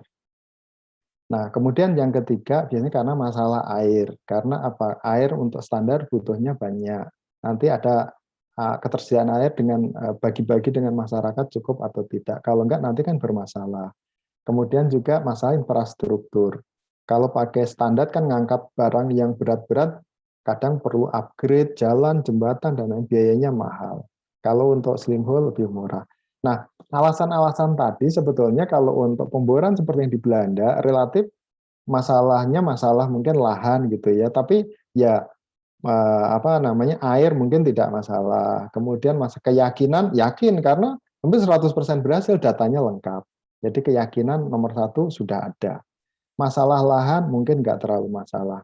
Kemudian masalah-masalah air juga mungkin nggak masalah. Kemudian infrastruktur juga nggak masalah. Jadi otomatis menggunakannya adalah cara logika, menggunakannya adalah yang standar sekalian. Atau mungkin sekalian big hole kalau mau. Karena yakin, kira-kira seperti itu.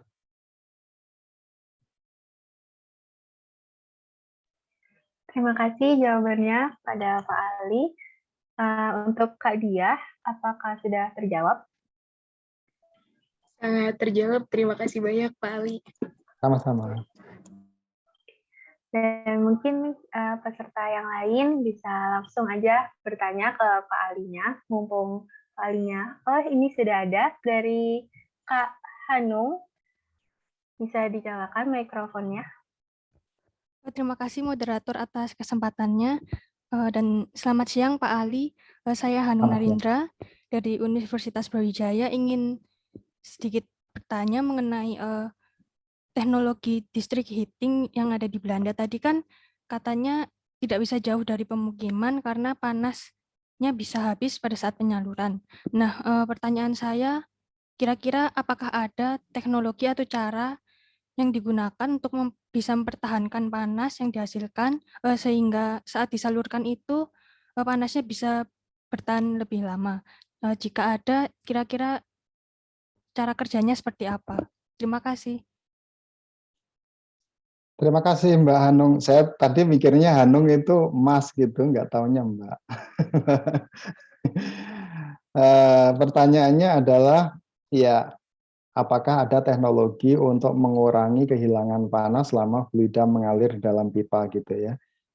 Selama ini ada dipakai, diterapkan yaitu menggunakan insulator. Jadi pipa di panas bumi pun semuanya dibungkus sama insulator. Insulator ini fungsinya ada dua. Fungsi mencegah kehilangan panas itu fungsi yang kedua. Fungsi yang pertama itu adalah, kira-kira tahu nggak fungsi yang pertama apa? Ada yang tahu? Fungsi yang pertama itu adalah melindungi supaya tidak terkena panas. Jadi mau pekerja atau orang lain begitu ya, itu di dalam aturan, di dalam OSA namanya.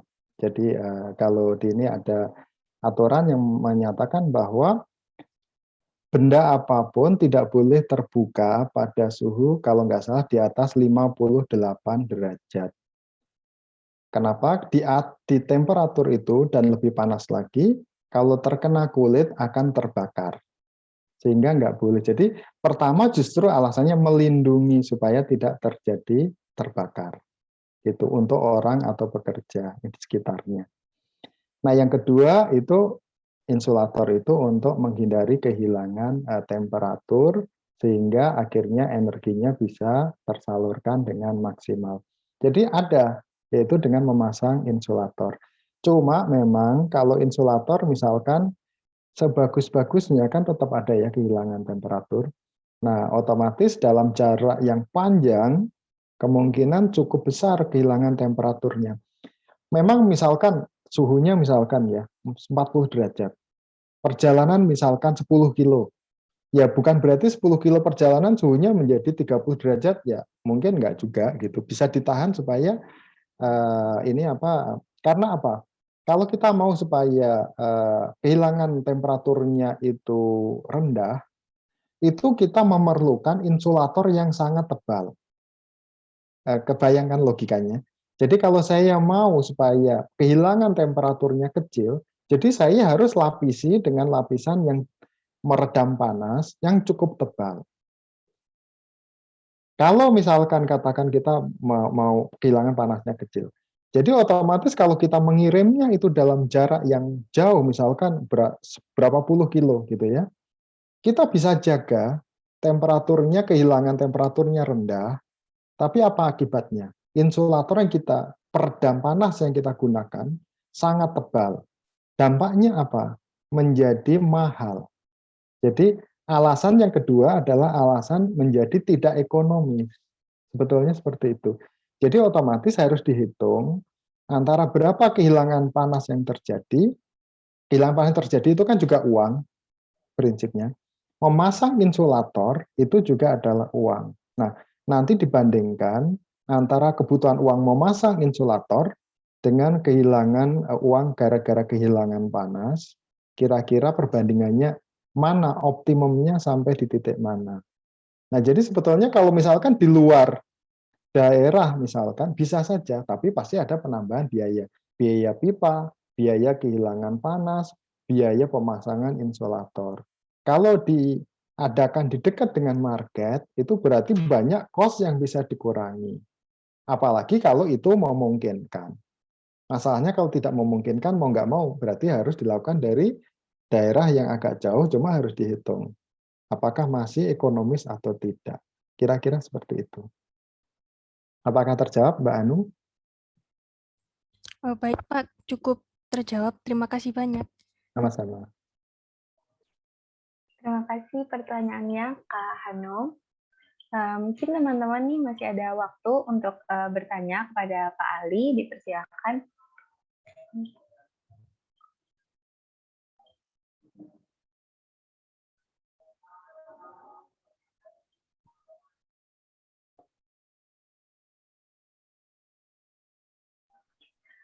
Oke, untuk selanjutnya adalah pertanyaan dari Kak Alvira. Untuk Kak Alvira, bisa dinyalakan mikrofonnya.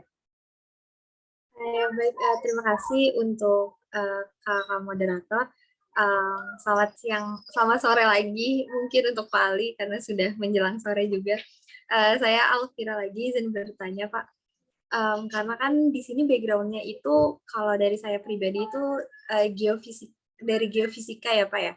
Kalau prospek dari seorang geofisisis kalau ingin terjun ke geothermal di bidang HSA ini seperti apa ya Pak? Mungkin prospeknya seperti itu. Terima kasih Pak. Bagus pertanyaannya Mbak Alvira. Jadi sebenarnya kan peta-peta yang saya tampilkan tadi kan kerjaannya geofisik gitu, geofisisis. Jadi mulai dari peta distribusi heat flow distribution, thermal gradient itu semua yang membuat geofisisis.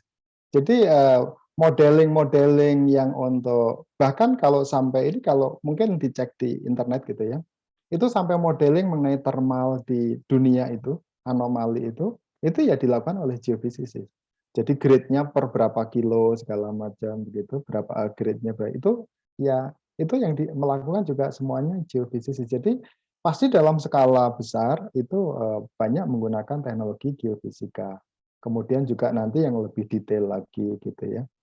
Sebetulnya kalau kita misalkan di geofisika kan memang kalau kita melihatnya dari hot sedimentary aquifer yang sudah develop gitu ya dari lapangan minyak, kesannya kan memang data sudah banyak ya, nggak perlu eksplorasi lagi gitu. Seperti di Belanda tadi saya bilang, ngebor itu 100% datanya lengkap.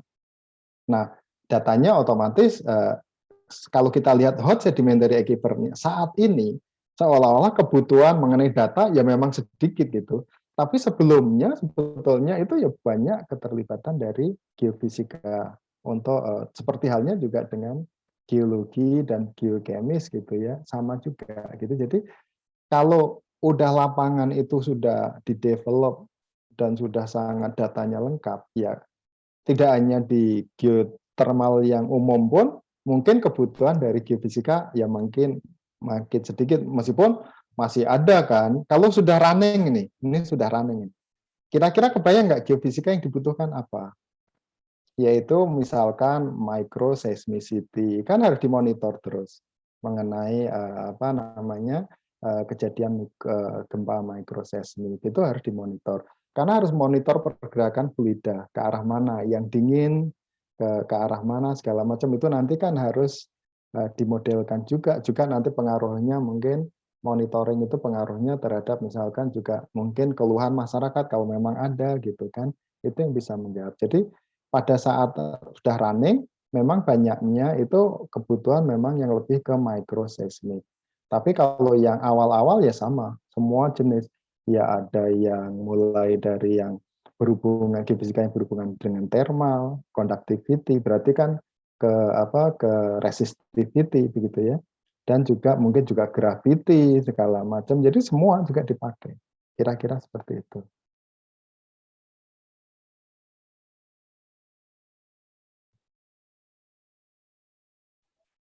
Nah, baik, terima kasih untuk Kak Alvira, apakah sudah menjawab?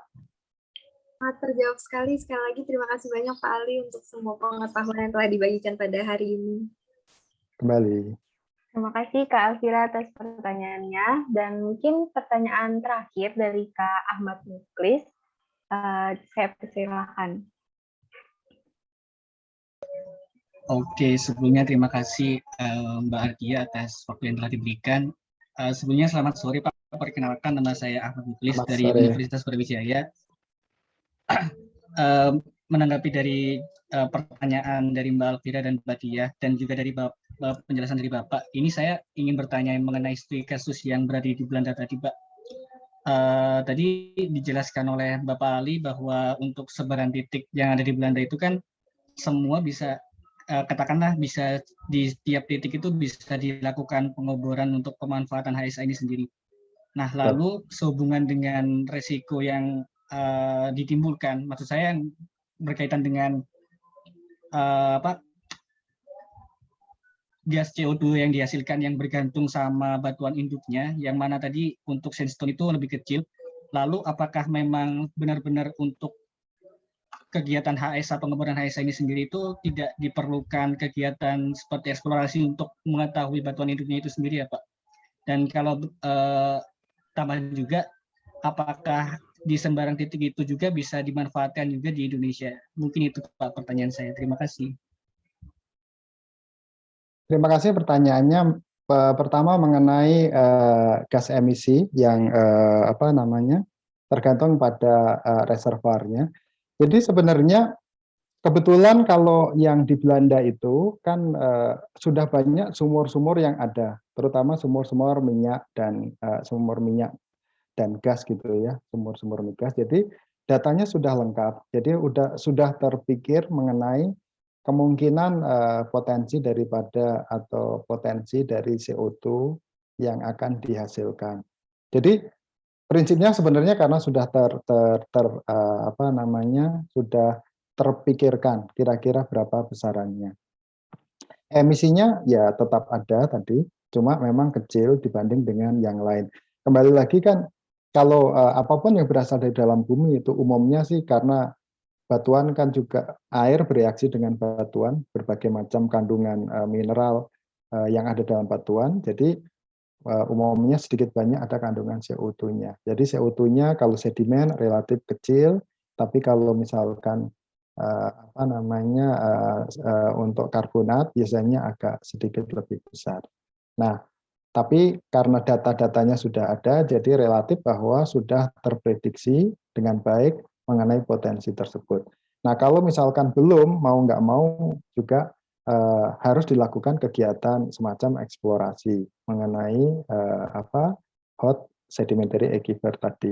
Sebagai contoh, misalkan yang di Jakarta itu bisa dibilang juga seperti eksplorasi.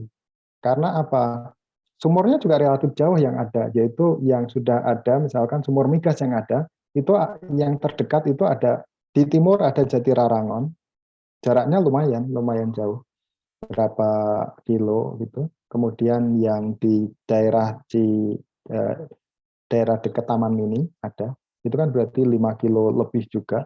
Rata-rata mungkin hampir 10 kiloan ya. Kemudian Ciputat itu lebih jauh lagi. Jadi yang rencana dibor di daerah Kuningan itu dulu, itu juga bisa dianggap sebagai eksplorasi juga gitu. Jadi antara eksplorasi dan juga kalau bagus bisa dimanfaatkan. Makanya juga dilakukan backup plan dengan cara menaruh bahwa selain menggunakan hot sediment aquifer tadi untuk cooling, juga paralel juga menggunakan rencana menggunakan backup yaitu energi dari gas. Nah, itu yang dilakukan. Jadi tetap kalau memang belum ada data, statusnya bisa dibilang tetap juga seperti melakukan kegiatan eksplorasi. Nah, apakah bisa dilakukan pemboran di seluruh wilayah? Enggak selalu. Maksudnya yang punya potensi tentang pertama yaitu biasanya kalau yang ada potensi migas, kemungkinan ada potensi hot aquifernya. Kemudian yang kedua, biasanya kalau memang kita membutuhkan temperatur lebih tinggi, berarti kita harus juga lihat anomali temperaturnya. Di Belanda juga begitu. Jadi misalkan ini, daerah yang memiliki anomali temperatur yang tinggi, itu yang menjadi potensi paling besar untuk dimanfaatkan untuk hot sedimentary aquifer. Baru nanti kalau yang temperatur tinggi tadi sudah termanfaatkan, makanya terus kemudian mungkin baru bergeser ke yang mungkin temperaturnya lebih rendah. Jadi yang paling tinggi dulu dimanfaatkan karena itu lebih ekonomis, lebih menarik secara ekonomi, kemudian baru temperatur yang lebih rendah. Jadi tetap melihat dulu karena harus menemukan yaitu yang namanya fluida atau air di kedalaman. Tapi kalau di lapangan migas umumnya kan ada, yaitu aquifer air tadi. Nah, jadi kalau di lapangan yang ada potensi migas, bisa dikatakan peluang mendapatkan hot sedimentary aquifer itu sangat besar. Kemudian kedua dilihat tentang kebutuhan temperaturnya. Kalau butuh temperatur tinggi, harus dilihat adalah kira-kira yang punya thermal anomali tinggi. Sebagai contoh di Jakarta tadi, sebagai gambaran, itu anomali temperaturnya itu nggak terlalu tinggi, 4-6 derajat. Karena di buletan tadi, yang mungkin kalau lihat di gambar, nanti presentasinya kan dibagi. Di buletan tadi persis di pinggir dari buletan kuning, garis kuning itu. Nah, itu 4-6 derajat. Jadi untuk mendapatkan jadi ada di Jakarta itu ada 3 prospek. Parigi, dangkal, kalau nggak salah sekitar 800 meter, itu potensi ininya. Kemudian ada Upper Cibulakan, kemudian Lower Cibulakan. Upper Cibulakan mungkin sekitar 1.200. Yang Lower Cibulakan itu sekitar 2.000 sampai 2.300-an meter. Jadi ngebornya ada 3 titik tadi, 800-an, 1.200 sampai 1.500, kemudian 2.000 sampai 2.300, kira-kira itu. Nah, temperaturnya yang di Upper Cibulakan, kita tinggal hitung aja. Jadi misalkan 25 derajat ditambah kira-kira 0,8 kali 40-an ya. Jadi dapatnya itu temperaturnya nggak terlalu tinggi. Jadi sekitar 80-an derajat, itu paling tinggi di Upper Cibulakan. Untuk cooling kayaknya masih nggak begitu kurang. Jadi sudah jelas-jelas nggak akan membor di titik itu. Ngebornya lebih dalam lagi. Pilihannya menjadi upper Cibulakan atau lower Cibulakan. Upper Cibulakan temperaturnya kira-kira sekitar 120-an derajat.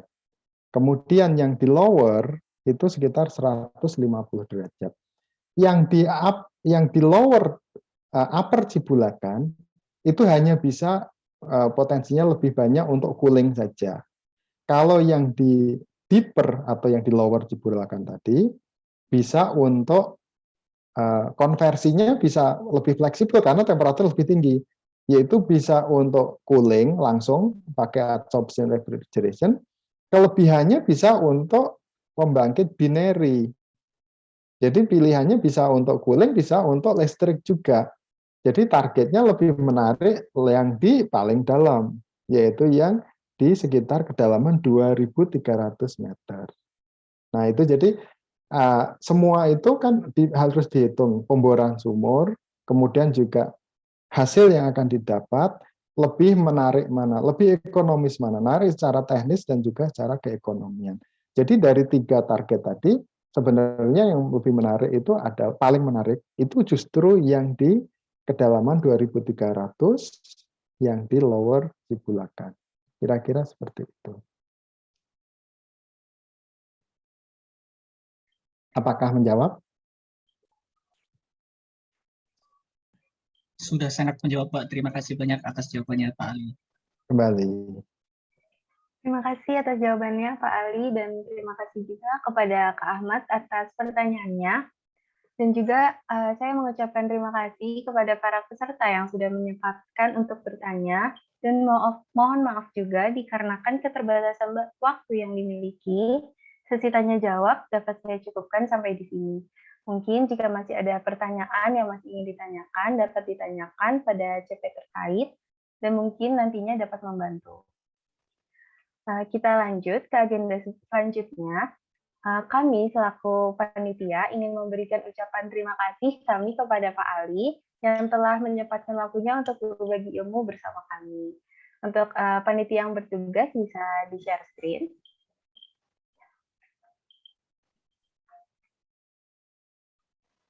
Dan saya ingin meminta bantuan kepada Kak Anesha untuk menyerahkan sertifikat secara simbolis.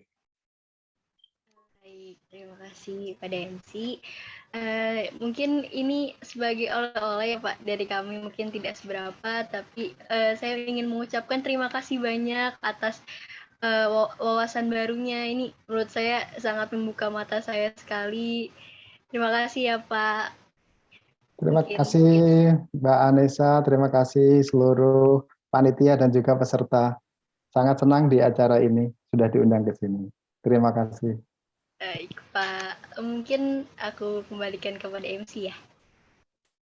Iya, terima kasih kepada Kak Anessa. Mungkin selanjutnya kita ada sesi foto bersama. Maka dari itu untuk para hadirin yang tidak berhalangan bisa mengaktifkan kameranya.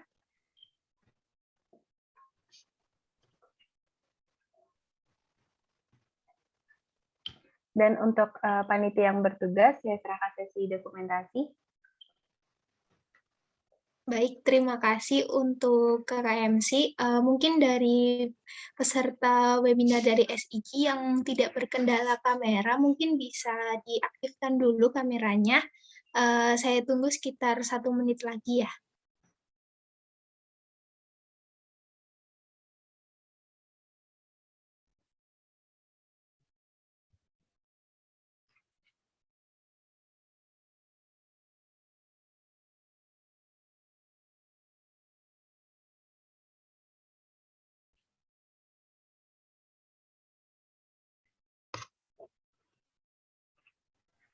Baik, sepertinya waktu sudah menunjukkan sekitar 1 menit. Jadi sesi dokumentasi akan saya ambil. Saya hitung mulai dari sekarang. 1, 2, 3. Ditahan untuk slide selanjutnya. 1, 2, 3. Untuk slide selanjutnya. 1, 2, 3. Baik, terima kasih. Saya kembalikan lagi ke MC. Baik, terima kasih kepada panitia yang bertugas. Dan selanjutnya adalah sesi presentasi untuk peserta webinar. Silakan mengisi presensi yang akan dikirimkan melalui kolom komentar. Dan tak terasa kita telah berada di penghujung acara. Saya selaku panitia yang mengucapkan terima kasih kepada pemateri kita yang telah bersedia membagikan ilmunya kepada kita semua. Dan tak lupa juga saya ucapkan terima kasih kepada para peserta yang sudah menyimak dengan antusias diskusi kita pada hari ini. Saya selaku moderator, mohon maaf jika ada salah kata ataupun ucapan yang tidak berkenan untuk kalian semua, entah disengaja maupun tidak. Saya pamit undur diri. Wassalamualaikum warahmatullahi wabarakatuh. Waalaikumsalam warahmatullahi wabarakatuh. Oke, salam. Sampai ketemu semuanya. Terima Salib. kasih Pak Ali atas Sama-sama. ilmunya. Sampai ketemu lagi. Sampai ketemu Ya, kembali, Pak. Pak Ali. Ayo, saya live dulu ya. Oke, Ya, Pak. yuk. Silakan. Silakan, Selamat Pak. sore. Sehat-sehat semua. Siap, Sehat-sehat Pak. juga, Pak.